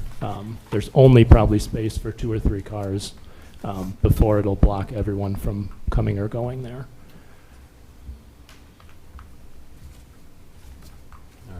That's my main concern. All right, thank you so much. Is there anybody else? We had another registered but not a speaker. Anybody else choosing to register? Change my register to speaking.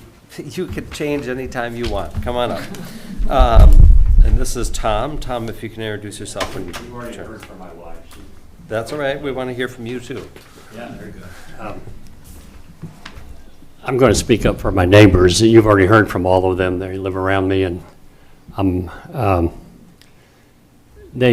touched by how passionate they are. They've lived here, some all their lives, some for a lot longer than I have. We're relatively newcomers to Monona. But listen to their passion and pay attention. They are the ones that have been here for so long, and they have very heartfelt concerns. And so I don't have anything new to say because I think everything was voiced quite well. I do have grandchildren on Wallace, and so I guess I'm speaking for them as well. And they have a single mother whose taxes keep going up and up. So while I appreciate that we can broaden our tax base, maybe relieve that, you have to balance that about how do we want to do that. And so I encourage us to be productive about it or creative about it. Like others, I'm actually quite impressed with the drawings. You guys make a beautiful looking building. It's just that the practicalities of is it the right time and is it the right place for Monona. So wait, listen to these people behind me. All right, thank you. Anybody else that has not registered that would like to? Seeing none here. Doug, do we have anybody else online? I think we had a couple people. I haven't received any notice of anybody looking to speak. Anybody online? If anybody else like to speak during the public hearing section? I'm not seeing any unmute. Okay. We can close 7C, which is the public hearing section, and move on to 7D, which is the pre-hearing conference on the request by Noel Development represented by JLA Architects and a request for consideration of a general development plan or GDP for the site located at 4711 Monona Drive, and this is for a multifamily development, case number 2/4/2026. Doug, if you could kick us off. Thank you.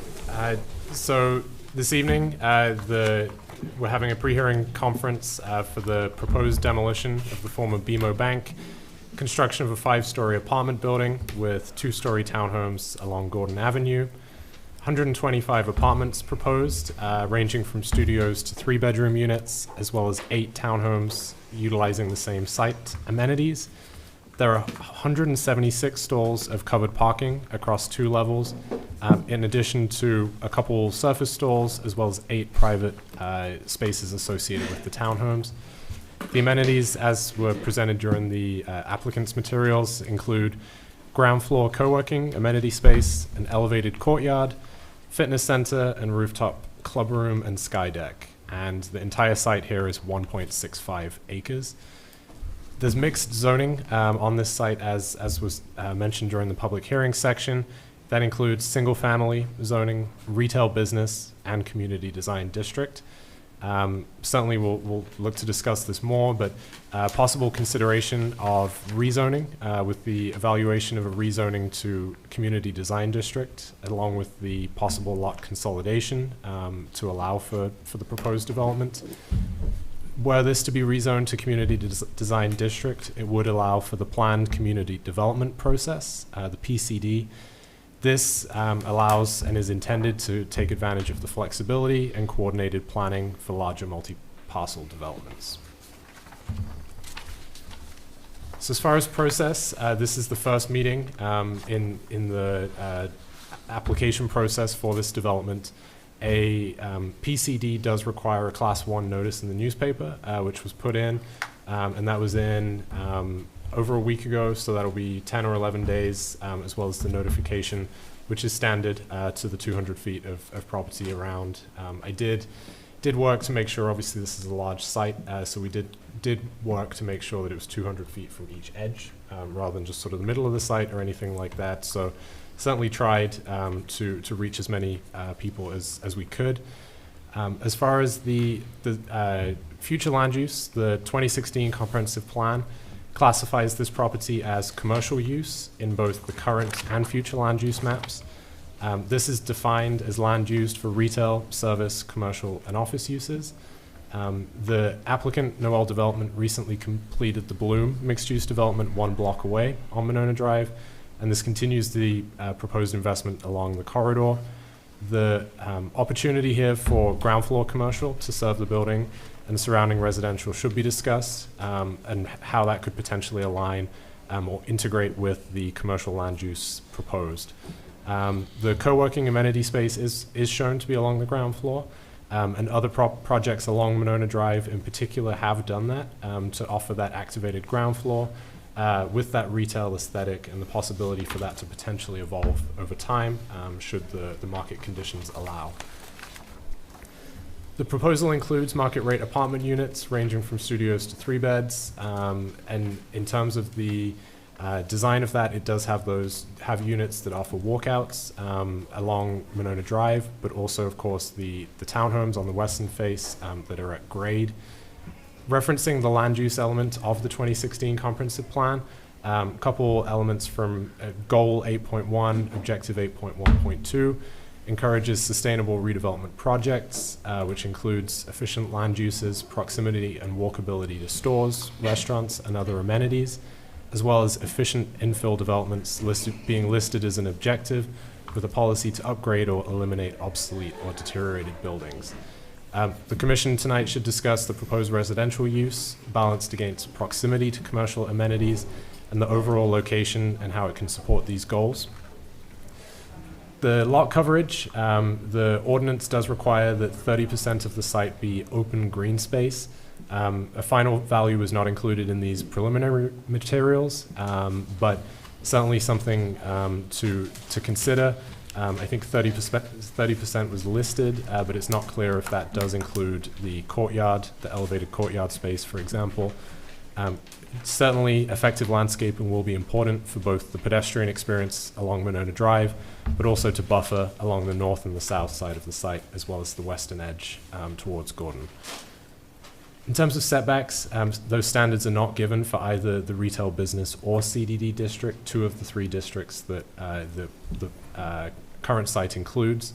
The design is mindful of the northern and southern boundaries, including townhomes on the western side, to buffer, but certainly further step backs of the main building could help lessen the massing, the impact to adjacent properties, and again, coupling that with effective landscaping, screening, site location will definitely be important for that experience at street level.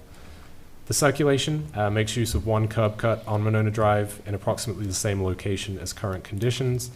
The access drive provides service to both levels of the covered parking and does not allow for through traffic to Starry. Importance of site circulation is definitely something to consider.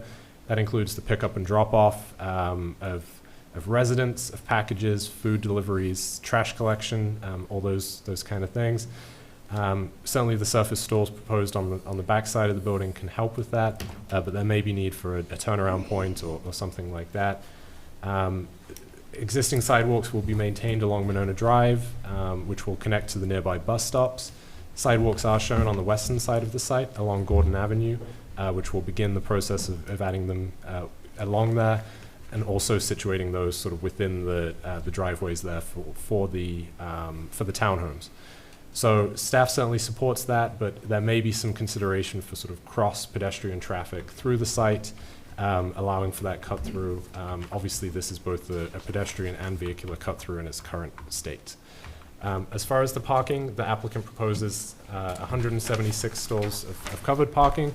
The staff report includes kind of a breakdown, including all of the 133 units. Per code standards, it would require 189, and the plans that were submitted showed 187. So as proposed, this is 2 stalls short. Just of note there, a couple things to call out. The townhomes were assumed as having 1 stall, 1-car garage, which I think is the case, but there's most likely at least a 1-car driveway, and that's something that we've seen operate at the North Point Townhomes, for example, as well, that maybe there's one in the garage, one on the driveway. So there's 8 of those that could potentially help with some of that deficit. Something else to point out as well is there are 32 total stalls that are shown to be tandem.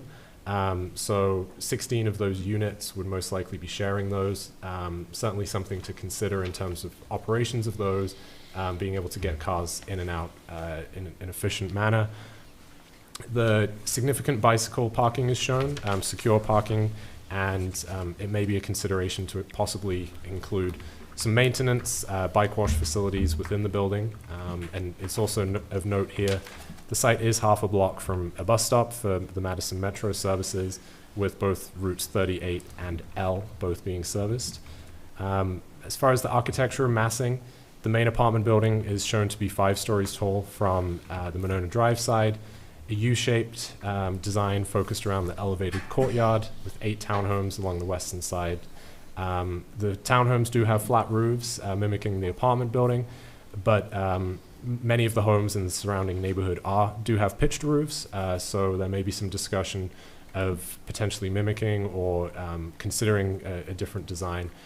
They were discussed in the preliminary plans for Bloom 1, for example, as well. Recessed balconies are included for most, but not all of the units, with the step top floor providing that step back on the Monona Drive side. Again, staff suggestion is there's more opportunity for that. That's going to help with the massing, especially given the proximity on the north and south sides. And then alternative materials are used on the southeast corner as well. It does give that visual interest and sort of variety along the along that facade, but it is still certainly a long expanse along Monona Drive that has been broken up well, but just certainly something to be mindful of. The Monona Drive Urban Design Guidelines do call for the use of high quality materials, and I know we have samples this evening, and examples were included in the packet as well. And something for discussion maybe this evening would be the elevated courtyard as well, in terms of programming, design for that. Maximum building height is just under 60 feet, with the 5 stories proposed for the main building, which is one story taller than the nearby Bloom development, and certainly sort of when considered in context with the adjacent single and 2 family buildings nearby, or single and 2 story buildings, I'm sorry. The staff report also includes select multifamily densities. The 133 total unit count has a density over 80 units per acre. Staff did include the comparison table. It's much higher density than the Bloom, just a block away, and higher than other standalone projects of this acreage or larger. The Commission should discuss the density and massing shown with the proposal, given the adjacent uses and transportation connectivity, and if this is in line with their vision for the site. A certified survey map is most likely needed. I don't believe any sort of title work has been done at this point, but just sort of clarifying some of the old right-of-way and some of the utilities and things like that would also be something to consider at a later date. That's really sort of the staff suggestion for discussion this evening. That's it. Thank you. All right. Rob? All right. Well, thanks everybody for coming out. It's nice to see people. It's usually a pretty light crowd for these meetings. So I think the use is acceptable. I think that there should be commercial. There's no nod to commercial in this site. So I think moving forward, that should be considered. I do have concerns with circulation as it relates to deliveries and EMS access. For further showings, you had some imagery of the site in context a little bit.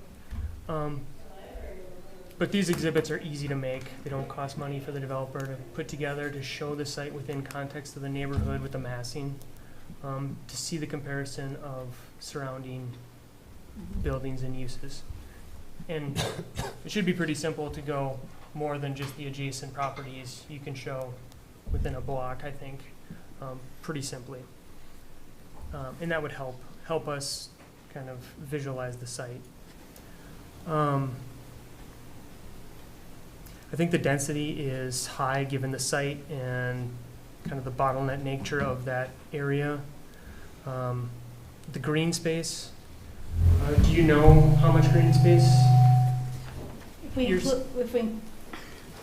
we include the courtyard. Without the courtyard. Oh, without the courtyard, then we're just below the 30%. Okay. So that was why, one of the things we wanted to talk about at this pre-hearing is just how is that figured? And a comment were made, sometimes we see open space referred to, sometimes we see green space open referred to, and your report said open green space. So I understand the confusion that some of the other people had earlier, because we have it too. So if we could get that better clarified, we would appreciate it. I do have a major kind of issue with that. Looking at the site, not having the numbers, it seems like one of the largest spots of open green space is on the north side of the building, and that's going to be a tower of 60 feet. There's going to be no sun there. There's no usable space. It's useful in that it's green space and infiltration, but most of the green space is kind of in a forgotten spot in my mind.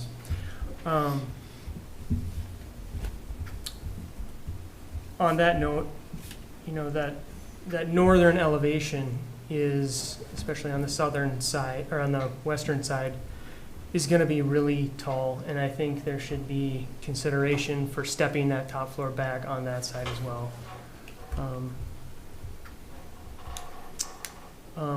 Also on that north elevation, and maybe this is in the weeds here for this meeting, but it's one of the prominent views as you come from the north. And while I think the sawtoothing on the front elevation, on the east elevation, is kind of a nice touch, that northern elevation is a giant gray panel, and it just lacks some character. And I'm sure there's planned signage for that, but that I still don't think is quite right yet.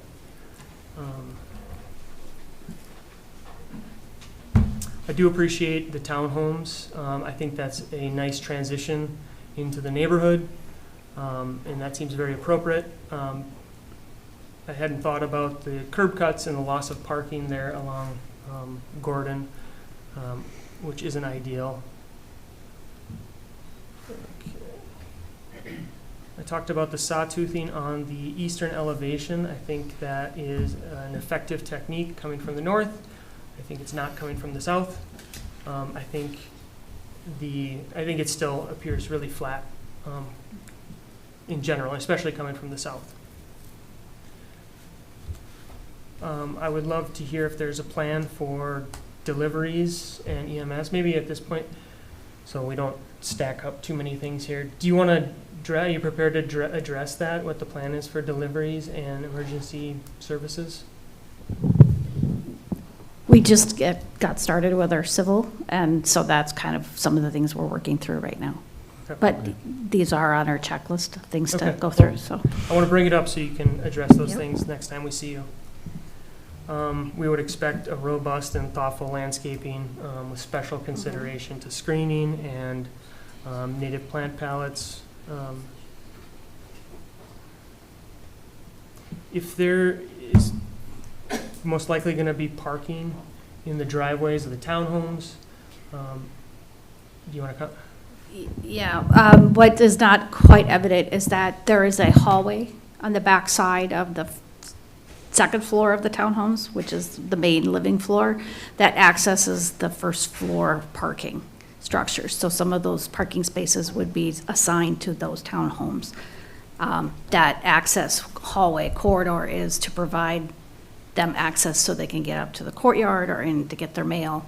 So that was considered. Initially, we did have all the parking for the townhome coming in through the parking structure, but when we realized just exactly what that elevation difference was, it didn't make sense, because then we had, 8 foot of wall or more at the street Am I level. understanding that parking will be off of Gordon?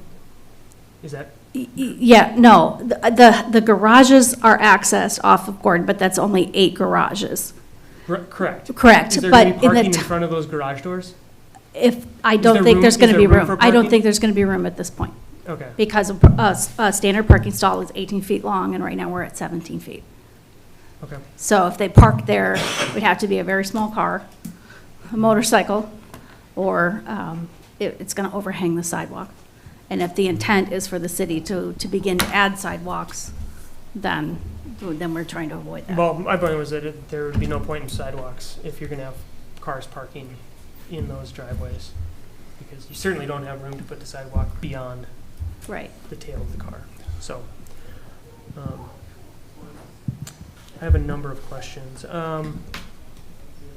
Is there plan for a wall on the south site, south end of the site? I couldn't quite tell. Like a screening wall, fence? Probably more landscaping than anything else. Okay. What's the plan for stormwater? You don't seem to have much green space to address it above ground. Like I said, we've just started working with our civil engineer, so that's part of these discussions, that we would have to have some very unique abilities to collect the stormwater and direct it where it needs to go. Okay. But right now, the site is all pavement, pretty much, currently. And it's tied into the existing stormwater system that the city has. So if you we have could. goals to meet, though. Huh? You have goals to meet. Yes, for we your understand. stormwater criteria. Yeah, Dane County has Yep. had pretty well identified. Yeah. And what green infrastructure sustainability efforts are you planning on? We've been discussing those, especially with the flat roofs. We have opportunities, but, I don't know if you were. Yeah, we're exploring green roof or blue roof, solar for those roofs. Otherwise, kind of some of the similar things that we did at Bloom we'll consider as well, the EV charging and shared cars, things like that are all being considered. Okay.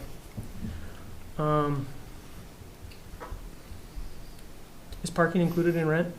Or do you know if it will be? Not expected. Okay.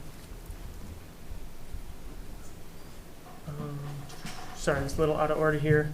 One overall comment to the design. I think the density's a bit much. I think there's some setback work that should be done. Overall materials is that prominent corner. Is those materials to me seem like the least high quality masonry? It needs more masonry.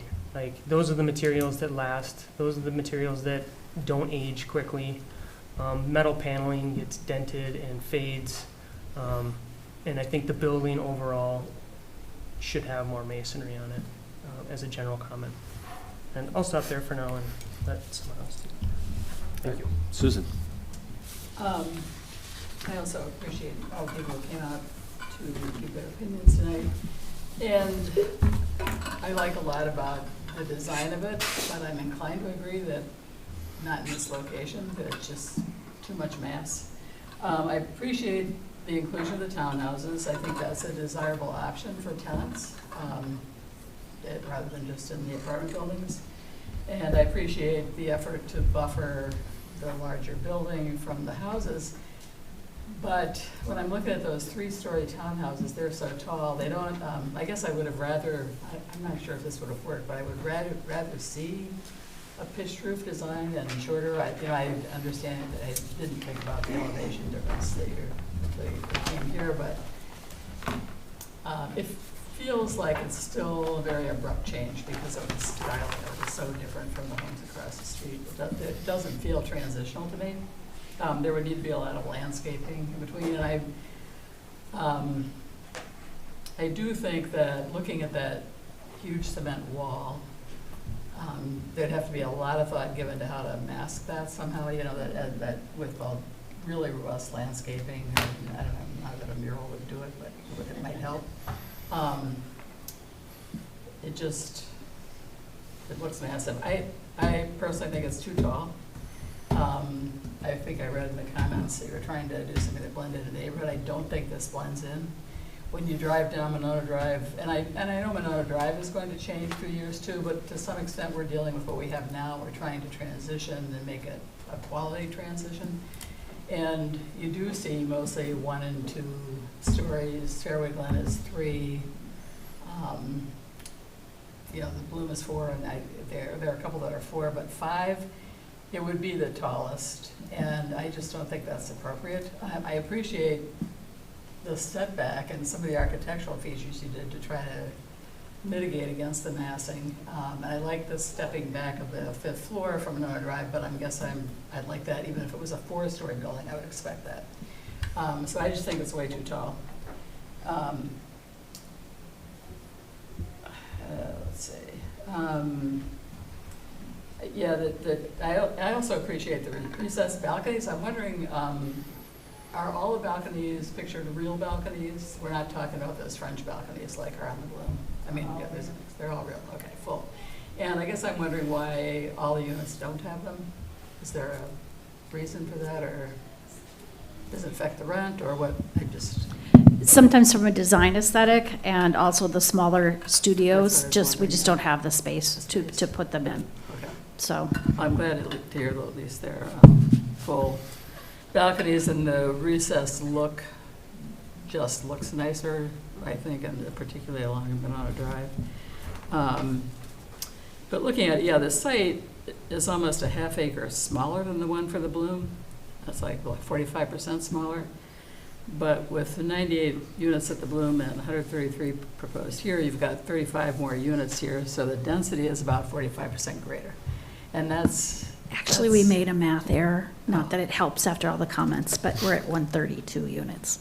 Okay, well, that doesn't help me enough. No, I know. The point is still there. It's just, I Yep. just think it's way too dense.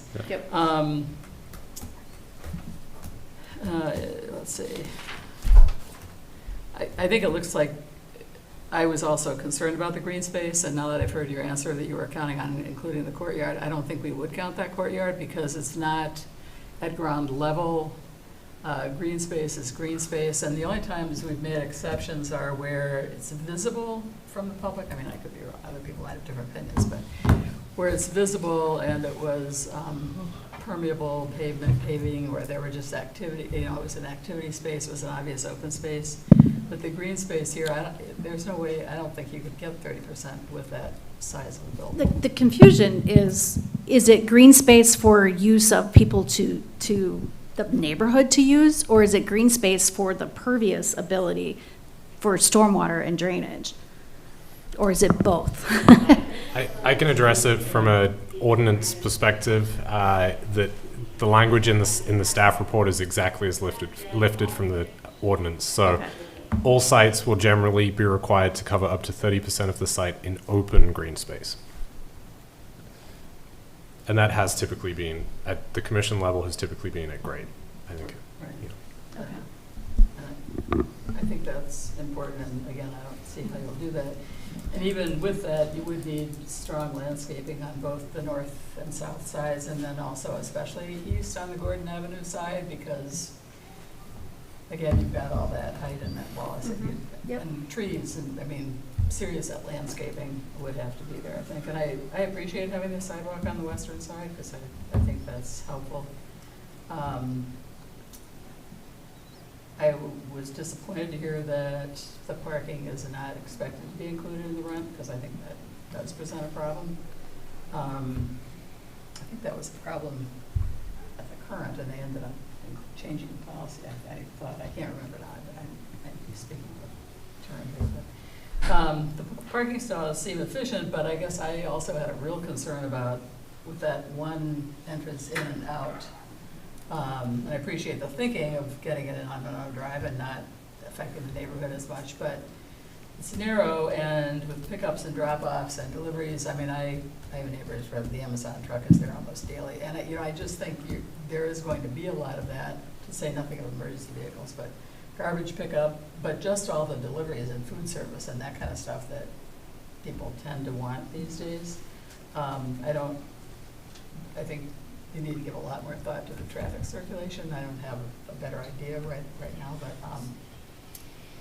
I appreciate what you tried to do with it. I'm just not sure I think it works very well. How does the tandem parking work in the garage? There are 32 stalls that are tandem, or is that like one stacked behind the other or in front of the other? Or? Correct, yeah. So how do you? And does that work? typically, those stalls would be reserved for the 2 and 3 bedroom units. Okay, so you assume that the people could work out who was parking in first? Correct. All right. And I know you mentioned you're thinking about EV chargers. I would expect that I would encourage you to put some EV chargers in the garage. I think that's going to be a necessary thing, and at least having conduit there for it. How does the storage space work? Because that's also on that lower level. Does each unit have a certain amount, or is it? I just saw these 2 areas spaced off as storage space. Yeah, at the Bloom, we have storage units 4x4 available to rent. Okay. So In addition, yeah. That's how it works within that area. Did you give any thought to visitor parking? I mean, I heard mention of every unit having 2 cars. We do have a stricter ordinance than Madison does, for example, in terms of parking. So we do require 2 cars once you get to a 2-bedroom, and so, even the 1.5. So it's just we do try to account for that, but that doesn't necessarily account for visitors. So I'm just wondering, and I know in one of the recent developments there was thought, given on how all this will work, but having a way that a visitor there would be some visitor space within the garage and giving them a way to buzz in and buzz out, which here your garage is pretty much taken up by the residents, so. Actually, because we did reconfigure the lower level quite a bit, since we did our initial submittal, we're at 199 spaces. So we have more spaces, because even though we're at 132 units, that dumps us down by 1 space. But those could certainly be considered. We could, look into those. We could maybe look. I also had a question about the material palette, but I see you've got some, in the renderings, there was a pearl gray mentioned, and then the big palette thing itself, it's set of white granite, and I'm just curious about what that. I think this is the pearl gray. Yeah. It's a Hardy plank, it's a Okay. Hardy product, it's cementitious siding, and the one on the corner is also a cementitious siding. So, which is like, Okay, masonry. so it was there was a block that said materials palette at the end that mentioned a white marble, or white granite look, and that might have, I don't know, I'm just wondering if you're using that, how much of that and where that was gonna be, but maybe that might have been a mistake. Okay, okay. Yeah. That's probably just a mistake. Just to clarify, it looks like a wood grain product. It's not. Yeah, Yeah. I can't find the name of this one. Let me see if I can. Yeah, that would. Yes, it's called white It granite. is called white. Okay. Okay. It's a cementitious material like Okay. this without. It wasn't with a large different swaths, finish on okay. it. Having felt burned by that last one with all the white. I just want to make sure that it's not. It's an actual granite, no. Okay. Let's just see. And I'm not in charge of the color names that I- reps. Yes. I know, but yeah. I know. But it matters. Let me just see if anything else. Yeah, the comment about every setback being, I guess I think that's the thing. I know you have to work with numbers and make them work, but setting back more than the minimum gets you more green space, makes us all feel a little bit better about it. And having a not quite as tall a building, I think everything else, I think that's all. And I guess as far as the commercial, we would all like to see commercial on that lower level. I know that continues to be a problem. Part of the problem is the rents are so high when we build new buildings. It seems to be when we hear of these small businesses trying to find places to locate, and they can't find them. And I don't know if there's any way to give more thought to that, but we've just put in 2 that don't have any really substantial, well, one, the Bloom has the bank as commercial, but, and they will have another one, I guess, too. Yeah, so it is a possibility, so I guess that's always a disappointment not to see more of that, so in addition to being smaller overall, some commercial would be nice. That's all. I had a I'm gonna response. start rambling otherwise. Yeah, response to the overall height of the project. So for reference, Bloom at its tallest point is 53 feet 5 inches on the corner of Dean and Monona, and the tallest point of this building would be 59 feet 8 inches. That's due So to it's the about Bloom 9. has higher than kind of typical first floor ceiling heights because of the Bank Branch Right. commercial. Yeah, as I was so, driving by, I was looking at that, I was figuring, so about a 9-foot difference, though. Yeah, Did you say 6, 50? 6, 6 feet. Oh, 3, 6. yeah. Okay.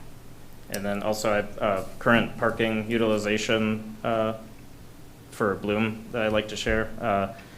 So as of the end of March, there was 20 occupied units. 9 of those are efficiencies, which would require 9 stalls, and we had 7 stalls were being used based off those 9 occupied units.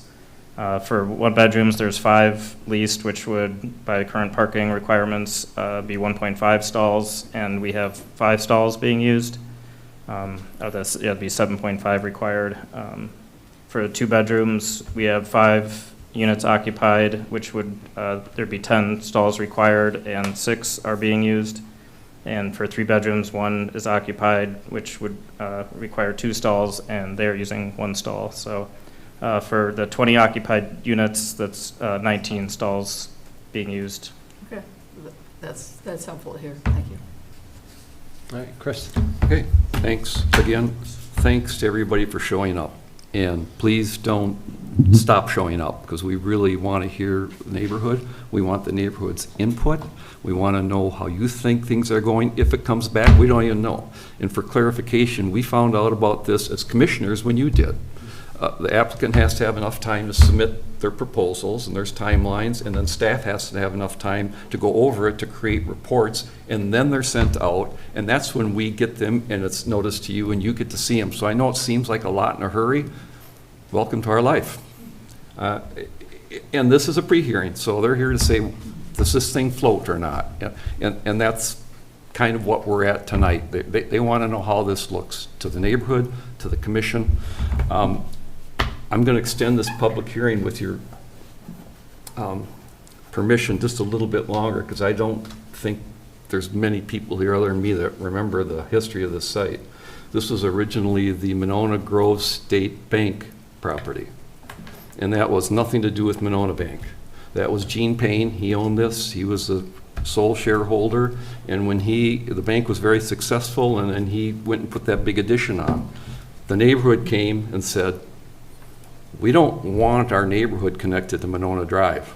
We want you to make this as tough as you possibly can to cut through, and that's why you've got that really goofy layout in that parking lot. So you have to go zigzag through the parking lot to cut through, because it was meant that they didn't want cars coming through. And that's why you've got that huge parking lot that's really hard to get around and through. Now, I'm sure for the neighborhood it's really nice, but when it was open, there's a lot of people cutting through with cars, and the neighborhood at that point in time did not like it. And that was actually designed by John Williams, who used to sit on this commission. He did all the work for that remodel. One of the reasons it's important is because they went in and they asked to have Starry Road abandoned to be able to do this. And the city agreed, the neighborhood agreed. The neighborhood, again, I was there at the time. The neighborhood liked the fact that people wouldn't be coming through there anymore. They liked the fact that it was difficult. You can get to Monona Drive, but it was difficult. And this was long before BMO was in there, so I'm going to counter what the one person said. That maybe BMO came in and gave permission for people to cut through there, but it's always been a private lot. There's never been a public access through there since it was taken away, except for the couple that lives right on Starry that's extended through there, which if you look at the plans, they have little stubs in there, because it's not Starry Avenue technically, but it is a joint access between the two properties. And that was negotiated with, I doubt you lived there at the time, but that was negotiated between that property owner and the bank when they went to expand. And so that's why you see that little stub in there. There's been a lot of talk about let's get pedestrian connections between that stub and the rest of this site. If I was a neighbor, I'd say no way, because now all you're going to do is encourage people to park in my neighborhood to get to that building. So if I were sitting where you are, I would say, please don't put any pedestrian connections. Our office is on Monona Drive. We had a nice little stairways to get between the two levels. It became such a cut-through problem in our office, our little office, from people from Tellurian coming to cut through there to get to the gas station, that we finally took the stairs out. So if you build something like that, they will come and they will use it. And as a neighborhood, I don't think you want that. So I'd be a little careful what you wish for there. I've got quite a few things I want to talk about, and sometimes I'm just a little hard on applicants. So first thing I want to start with is all the things I like about it. Well, I appreciate that. So this is substantially better looking building than Bloom 1. Leaps and bounds to me. I like the varied heights and the varied architecture on the townhomes. I like the step back on the top floor. I think that's critical. I like the corner feature. I like the parking ratios. I want to talk about that with the neighborhood. Our parking ratios are much more strict than Madison, Fitchburg, Sun Prairie, you go all the municipalities. We have developers, including this one when he did the Bloom, that come in consistently and say, you require way too much parking. Nobody does that anymore. So please keep coming and talking about parking and back us up. Our parking ratios, I know you talked about what's being used, but as you know, our parking ratios include enough stalls for visitors. And so what you're talking about does not include the visitors. And we keep our ratios where they're at, so there are places to park. And when I'm talking about parking on that, while I'm complimenting you, I'm going to caution something. There's no way we would approve this site with all the parking shown underground and that every apartment owner doesn't have access to those underground stalls. So when you say you're going to charge them extra, you're going to have to figure something out. There is no surface parking here, and we're not going to allow it to be overflowed onto the road. So you're going to have to look at a different model probably here, and I think somehow you have to include parking.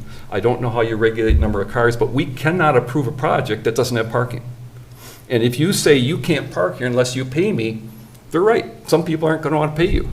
Where are they going to park? They're going to park in their neighborhood. Now we've just approved a project that doesn't supply the parking it needs. So that's something that's really important. What I liked about it was your 2 levels of parking. You've got the majority of your parking down in the basement, lower level, whatever we're going to call it. Well, what's nice about that is you could have a really strict controlled access for residents in there. And then you've got that, 41 stall lot up above, which could be for visitors. The commercial I'm going to talk about, it could be for a lot of people. The commercial, the owners and such could be downstairs, but for all your visitors, it makes a perfect place to have visitor parking. And people are innately lazy. They're not going to park in that neighborhood when there's a stall right there on that first floor parking right next to where they walk in the building. They're just not going to do it. So we need to make it, if this thing proceeds, we need to make it so it's easy for people to get there and it's difficult for them to go park in the neighborhood. So I still have some more good things, but since I'm talking about parking, I think those items are critical. I think it's critical to make sure that we have access for visitors. You know, Bloom 1, you have surface lot, you have access, and you can see how that fills up, but here you don't. And well, I've put that in the ground. That's far enough. I like the eyebrows on the upper level. I like the multiple levels and location of amenities. As you know, we emphasize amenities. This will not be successful in 10 or 15 years without a lot of great amenities. New apartments rent up, or apparently not right away, but they rent up. People want to live in something new, but once it has a little age on it, there's got to be a reason to stay. So I love the second level patio area. I love the exercise area off that. I love the one up on top. I like the community rooms. As we talked before, we need a lot of really thoughtful amenities in ways that people are going to really want to stay there. Setbacks. I like your setbacks. You've done a great job. I think you're almost 20 feet up Monona Drive, correct?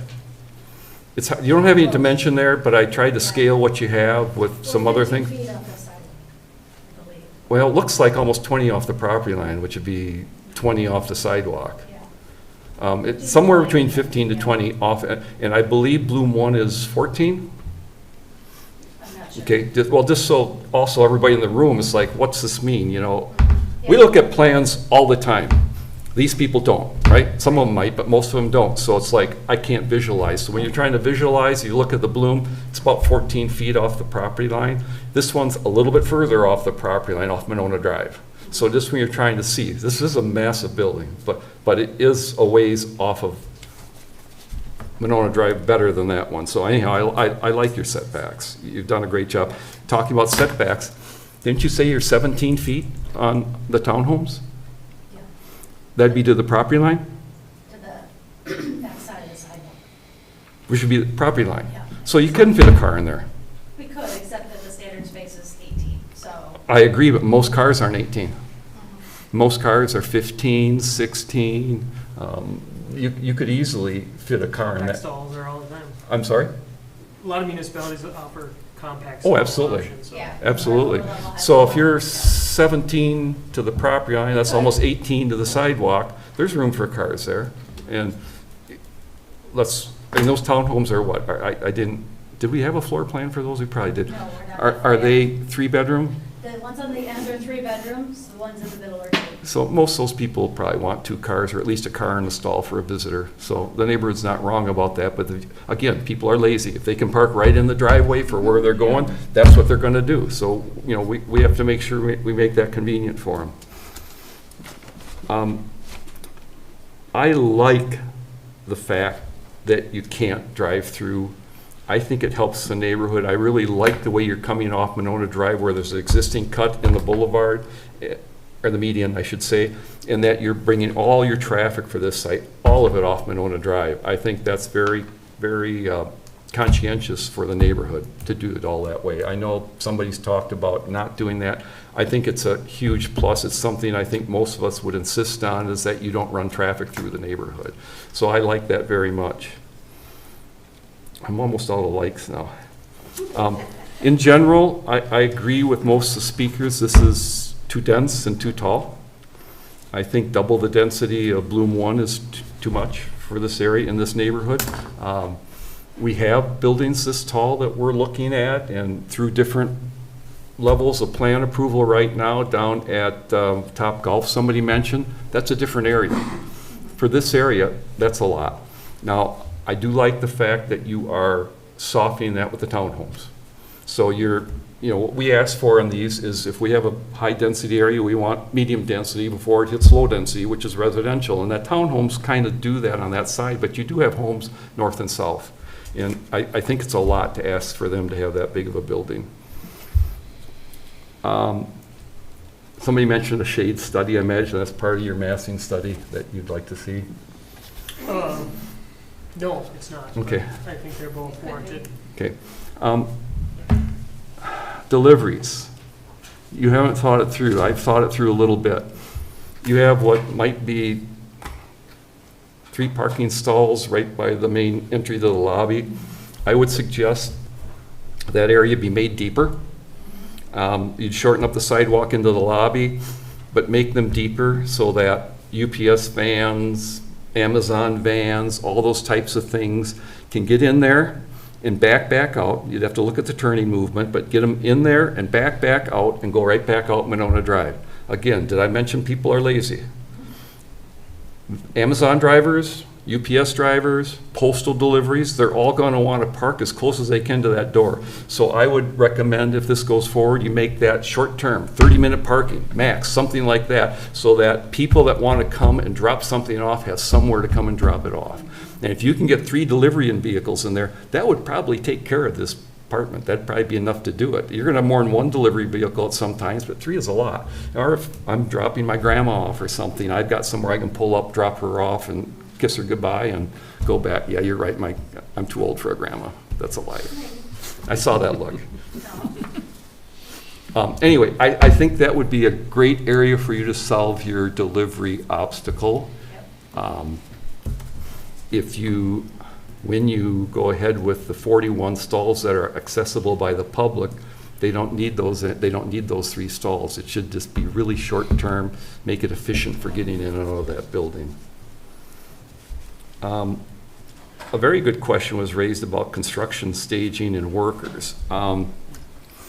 We've been on a lot of job sites, and I don't know how bad it got in the neighborhoods, but we should find out how bad it got, because I've been on a lot of projects where I've been required to only have company-signed vehicles and bring the rest of my employees in and out every morning and every night. And so we didn't have, because they were short on parking, they didn't have, I might take 5 cars into one each time, but it does help. And I think that's just something for the city to look at and see if it's a valid concern, and if it is, there can be construction agreements and arrangements where your builder knows they got to bring people in. They can't just let everybody come there and go up and down the roads, and that's a hard one, but Not uncommon.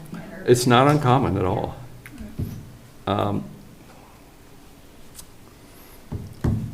My question, thank you for answering that. Sidewalk behind the townhome, so that is full access for the townhomes to that upper lot.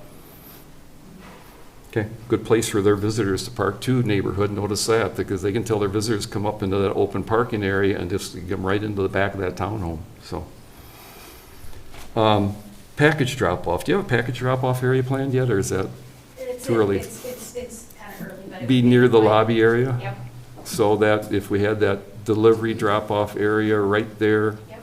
they'd have a place to take packages and place to pick them up. They wouldn't have to be there that long. They could get in and out. I'm a little concerned, I'm a little excited about that long facade on Monona Drive. It's a lot of one facade, but that sawtoothing, it's just hard for me right now to visualize exactly how that's gonna play. And I think it could be nice for breaking up that long monotonous facade. And you got sawtoothing on part of it, not the rest of it. It would be nice if this continues to see a little better visuals of that, because I think that would help when you go down.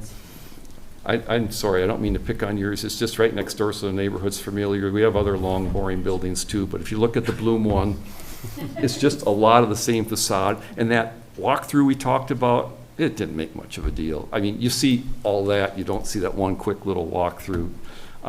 So I'm anxious to see if this continues, what that does. It might be a really neat feature.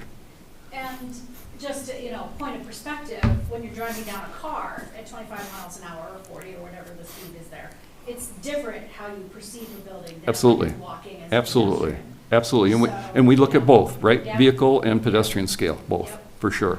I want to echo what Rob said about substantial landscaping. I mean, it's critical to have really, I always get a little, like, how do you bring in a project like this and then come in with a minimum landscape standard? Well, you require 5,289 points, so we've got 5,290. It's like, really?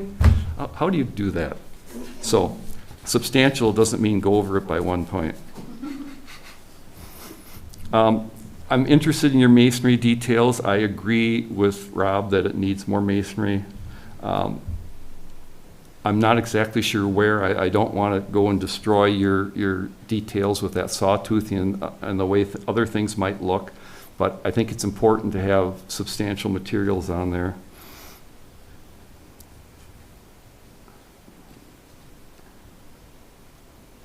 Commercial, I mentioned it earlier, but first floor commercial I think is important, and I guess I will speak to that, because one of the speakers came, I think she's in the back row still. Something I'd like to talk about is we have built, approved, or are looking to approve getting close to 2,000 apartment units. Now let's think about that. That's 2,000 dwelling units. We have 4,500 dwelling units total in Monona. We used to be a little more ownership than rental. What we've already looked at and approved puts us way over the limit. We'll be a lot more rental than ownership in Monona, and that starts changing the character of Monona. And so as I talked when we had our joint meeting starting the comprehensive plan, I think any apartments we put in from here on out got to be right for us. And the other thing I think is, I know the council's grappling with finances, and as we add building, we add value to Monona, which allows us to have more tax income, but that's just kicking the can down the road. It gives us additional income now, but look at Sun Prairie, look at all the building they did, all the apartments, all everything. Now they got a $3.4 million referendum that didn't pass, and they don't know how they're going to take care of city services, and they're going to start cutting, because eventually that additional income you had, now you're capped at this level.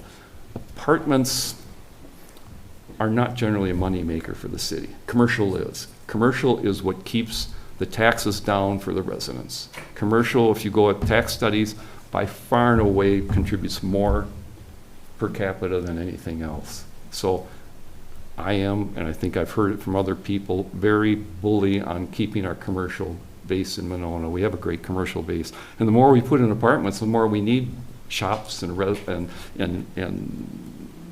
everything. I guess I could go through the whole gamut. And I did share last meeting the latest studies we've had that we pay for. The lowest vacancy rate of anything in the Madison metropolitan area is retail. By far and away, it's 2%. Apartments are up to, what are they, 5.6, 5.8 now?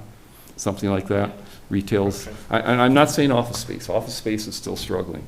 Although something like this with those small places are perfect for a local little office space or hairdresser or anything that all these people are between the two buildings and everywhere else are going to require. So I'm very bullish on keeping our commercial base. We had a lot of people talk about traffic congestion. If you look at the trips that are created out of apartment buildings, it seems like a lot. I would submit that BMO Bank probably generated more traffic trips than this apartment would. Now, not the BMO Bank you know right now, I see the head shaking, but when Monona Grove State Bank, I gotta be careful because I gotta get that right, when they built and they put that addition on, you see the size of that parking lot, it was full. And there was a lot of trips in and out. It's not just coming once a day. They come, they go for meetings, they come back, they go for lunch, they come back. There's a lot of trips generated out of a parking lot that size. Probably more than what this apartment will do. Now, I know it's been nice recently because BMO didn't have that much going on, right? Because now we had the new Monona Bank, which did really well. It's now Lake Ridge Bank, and BMO decided they don't really want to be a neighborhood bank. It's not their thing. So you've had it really great with that massive parking lot, which is kind of like a neighborhood amenity. It wasn't really used, but if that went back to a commercial lot with that size parking lot, there would be a lot of traffic generated out of there, including through your neighborhood, because that has the back entrance. So getting rid of all that is not a bad thing for your neighborhood. And then a question for you, you maybe haven't gotten that far, and I don't recall when Starry was vacated, I think some of the utilities were vacated. I'm not sure if they all were. So that's something you're gonna, do you know? Did you do a title search? Do you know if there's a utility easement there? There's a survey that was done a couple years ago that was in the packet that was submitted. Okay. They're still showing some utilities in that old right-of-way, I think which is not uncommon. I think so. Yep. So that's something would that's, be they're going definitely- right through your building, so there'll be some utility relocations Yep. for that. Because I remember the road got abandoned, but I couldn't remember if there's a water main loop or maybe some electric loops or something going through there, but whatever, just be conscious of that. Yeah, so Okay, that's that's part okay. of that whole CSM.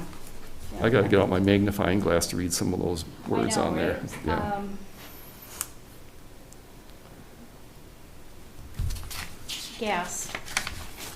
Gas line still continues through. Okay.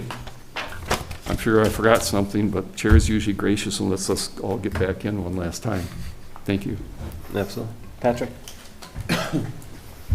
It's always fun to go last because everybody talks about everything and then you sit here and go, okay, so I don't want to waste anybody's time by talking about the same things. The shade study is important. I think it's too tall. I think it's jarring in that setting, and it doesn't really offer, I appreciate the townhouses, but it doesn't really offer much of a transition to that giant building. And I guess one of the things that I'd like to mention is why not be a little bit more creative with the townhouses? Make them look like they belong in the neighborhood as opposed to have them belong to the apartment building. You know, have the design be different, have them be aesthetically pleasing in relation to the neighborhood, and maybe do something super creative and make those 8 townhomes owner occupied in some fashion. I mean, that would be nice if it's feasible in any way. But you guys are developers, you've got money, you can kind of figure out if that's feasible or not, right? You know, so, but what an amenity for the neighborhood to build 8 new owner occupied houses, or condos, as part of that development. Parking, it's got to be included. We already have problems with MG Schools parking there, and it's just going to continually get worse if we don't address it. And it could be addressed with making sure that that building has parking available to the residents. Chris mentioned the retail vacancy. It's got to have retail, I think. I do believe that there are projects that can be built without it, but we've already done that quite a bit recently. And I guess most importantly, and I hope you listen closely to the public comment tonight from the residents of the neighborhood. They're the ones that are going to directly live with the building, and they're looking for a good neighbor and something that augments the neighborhood and increases the quality of life, as opposed to being the giant monolith, as someone mentioned, that's casting shade upon their gardens and ruining rainbows and that sort of thing. So, I like the sawtooth facade a lot, actually. I almost think it should be more pronounced in some fashion, and have that architectural element of the building be even more interesting in that regard. But, I keep thinking about Fairway Glen and how Fairway Glen put some care and effort into those townhouse-looking units on the backside in the residential neighborhood there. And I think that softens it quite a bit adjacent to the single-family homes. And that's pretty much all I'm going to add at this point, because I think everything else has been mentioned. But yeah, the height is too big, too tall. Thank you. Rob, second round? Nothing? I don't think I'm good right now. Right, Susan? No, but I'm glad to hear your comment, Patrick, about the townhomes, because I guess I sort of thought that, but I thought you'd never really make them that different from the apartment, but maybe, think about it. I mean, because I just think it would soften it quite a bit for the neighborhood. And again, reducing the height on top of that. Chris, second round? I should have read quicker. No, I didn't Oh, see sorry. anything. I just want to thank everybody for coming out again, though. This is really nice to have the neighborhood coming out and saying, hey, this is our neighborhood. This is what we'd like to see. I respect the fact that most of you came in here and said, we realize there will be development here, right? Something's going to happen here. And something we all know is going to happen here that's more than probably what the old BMO site is, as far as a single-story commercial project with a whatever that is, a 100-stall lot or whatever it is. It'll probably be something different than that. And I appreciate the fact that the neighborhood understands that. And saying, yeah, but here's some of our thoughts. So keep them coming. Can I just ask a question? That's up to him. You can ask a question, but we're done with the public hearing section, so we might not be able to answer you. I just want to know when we get an answer. Oh, we can give you process, yeah. That's all I want to ask. Doug, can I give That's an a good overview question. of process, and then Yes. we'll go on to some of the next step of asking clarifying questions. Thanks. So as far as process, tonight was a pre-hearing for the overall plan. There's quite a few more steps if this were to proceed. As far as timeline, it's typically dictated by the applicant, but I would expect at least a handful more meetings for this in this forum, in this setting. And if it does go through with this rezoning process, it goes up to City Council as well. So there'll be their review as well. But I would say timeline could be anything from, I'd say, 6 months, a little bit less, a little bit more, depending on. Yes, I mean, we. I think that was in the materials. That even, was in the wasn't it? materials, yeah. So, the intent is, we wanted to hear what everybody had to say. Yeah. Because then that will dictate, and we have a meeting already set up tomorrow to Yes. discuss it. So, we need to go back and talk amongst ourselves and really, so if you are able to provide any of these comments, I don't know if this was recorded. It is. Then that would be incredibly helpful for us going forward. Absolutely. I tried to write, but I wasn't deep enough. So for the public, most of you will have received the public hearing notice, which has my contact information in the mail. Yes. The packets for these meetings typically go out a week before, so they're on the city website, available for review. Again, this process, the Plan Community Development process, that's in the newspaper, so that's the Leader Independent in the legal notices section. You'll see it there as well. We always have the Zoom option to come in person. And these meetings are recorded, so these are on the city's YouTube page as well. So if you're unable to attend, you can send comments ahead of time, as a couple of the neighbors did, but you can also follow back. The meeting minutes will be typed up and available, But if you wanted to track back, there's also the video available as well. Okay. We will get something in the mail. You will. If you did, that same list will be reused again. So If I did what? if you did receive one for this, if you did already receive a mailing, We received it. yeah. Just hung it on the door, neighbors hung it on the door. Oh, okay. That's all we got. Okay. Just so they know that. Yeah. So. Might answer some questions. So I can speak to the mailing process and sort of the buffer there. So we do, I sort of alluded to it, that the requirement is 200 feet buffer to be sent.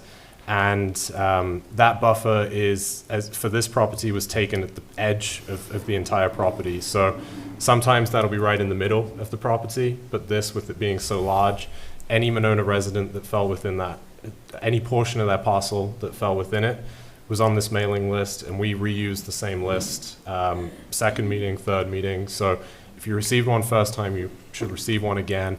Again, with the packets going up a week before, city website, you can sign up for notifications when new meeting packets get uploaded, so you can look at those.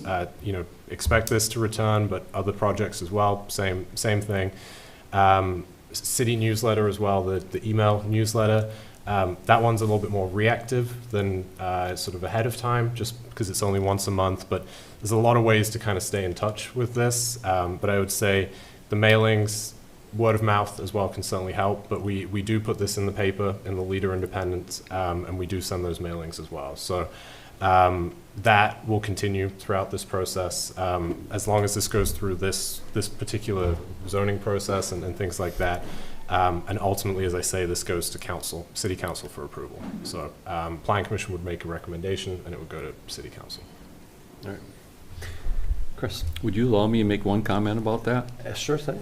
Really important, these early meetings. Early meetings are really, really important to come to, because that's when the sideboards get set. That's when it's determined, A, if this works here, which I heard everybody say, yeah, some version of this might work here, but the density, the height, the parking, all the things you all talked about tonight, that all gets set in the early meetings, what's called the GDP, the General Development Plan. That tells the developer with certainty, if you're gonna spend all this, probably hundreds of thousands of dollars in plans, you can put this building here. He has nothing like that now. So that's why the early meetings are really important to come to the meetings, talk up. This may not go through. No, this is just. We react to what's submitted. The developer has a lot of information. They had a plan in mind. They might have heard that they might not be able to do that exact plan, so they're gonna go back, their team's gonna look, they're gonna talk. Perhaps this won't happen, perhaps it'll be a different developer. I have no idea, and we have no way of ever knowing that until they come back and resubmit. And if they are planning on it, they'll probably have talks with staff, but those are just talks between it. The public meetings are what's here, which is why that door had to stay open. It's not a public meeting if the door is not open. So, Chair's very careful about that. From everything that you've heard Yes. through public hearing as well as council or committee, do you have any questions from what you heard? I know you're going to go back and review the video, but anything high level that you want to make sure that you ask for feedback before you go back to have meetings about your next steps? No, I think you guys have covered it pretty well. Okay. So, which is good. And I agree with Chris. I've been through these before, and early meetings are incredibly beneficial to us as well as the community, because, we want to provide our client with a project that's feasible, but still can be, accepted by the adjacent properties. So, Okay. Wonderful. thank you. Absolutely. And because my computer died, now I need this agenda packet. So, all right. So we can close item 7D and move on to 8A, 1 through 5. Thanks. Just some housekeeping items for the commission. As far as upcoming meetings, we are planning a meeting in 2 weeks. That would be the April 27th. I did send an email just to make sure that we had numbers. It does sound like we do. If we do not, please let me know as soon as possible. We're looking at the West Broadway project in 2 weeks. So that would be the GDP. They'd be looking for consideration on that, as well as a pre-hearing on the PIP as well. So For those of you that want to know, the West Broadway project is the one Next to Topgolf. out front of Topgolf and WPS. And that's 7 stories. A proposal of 7 stories. Location. Okay. And then looking to have both meetings in May as well. It's just a very busy time right now. So I know. What are you doing to us? Brian, don't you have authority over that? I know. The May 25th obviously falls on Memorial Day, so I'll be looking to secure an alternate date right around that, but not obviously on the Monday. All right. Come, And then nobody will be here. Doug, Yes. Tyler on Zoom, I just want you to put in the meeting minutes that I was here and present for the full meeting. I was just listening in and don't really have anything to add at this point. But I just want to make sure you had that included in your meeting minutes. Yes, Thank you. absolutely. Thank you, Tyler. Thank you. All right. 8B, any questions from the committee? Chair, Chris? This may not be a total plan commission thing, but we all know that the post office is leaving and going down to a very inconvenient location, right? They chose it. And I think, right, but you're going to get, especially the council's going to get a lot of blowback on that. So as I was dropping my mail off on Owen this last Saturday, I thought, could we be proactive? Could we contact them and see if perhaps we could have a drop-off box, like by our drop-off box at City Hall or somewhere convenient for the community, somewhere in the center of the community for that post office box. And it would take somebody, the city administrator or mayor or somebody, to get a hold of the post office, but I think we'd save a lot of rash calls to probably the council when they find out that we no longer have a nice convenient mailbox to drop off at anymore. And it'd be easy. We just have to find somewhere you can drive through and drop it off if they'd agree to do it. I know they're cutting back, but a lot of people in Monona. What is the new location? I didn't know they had.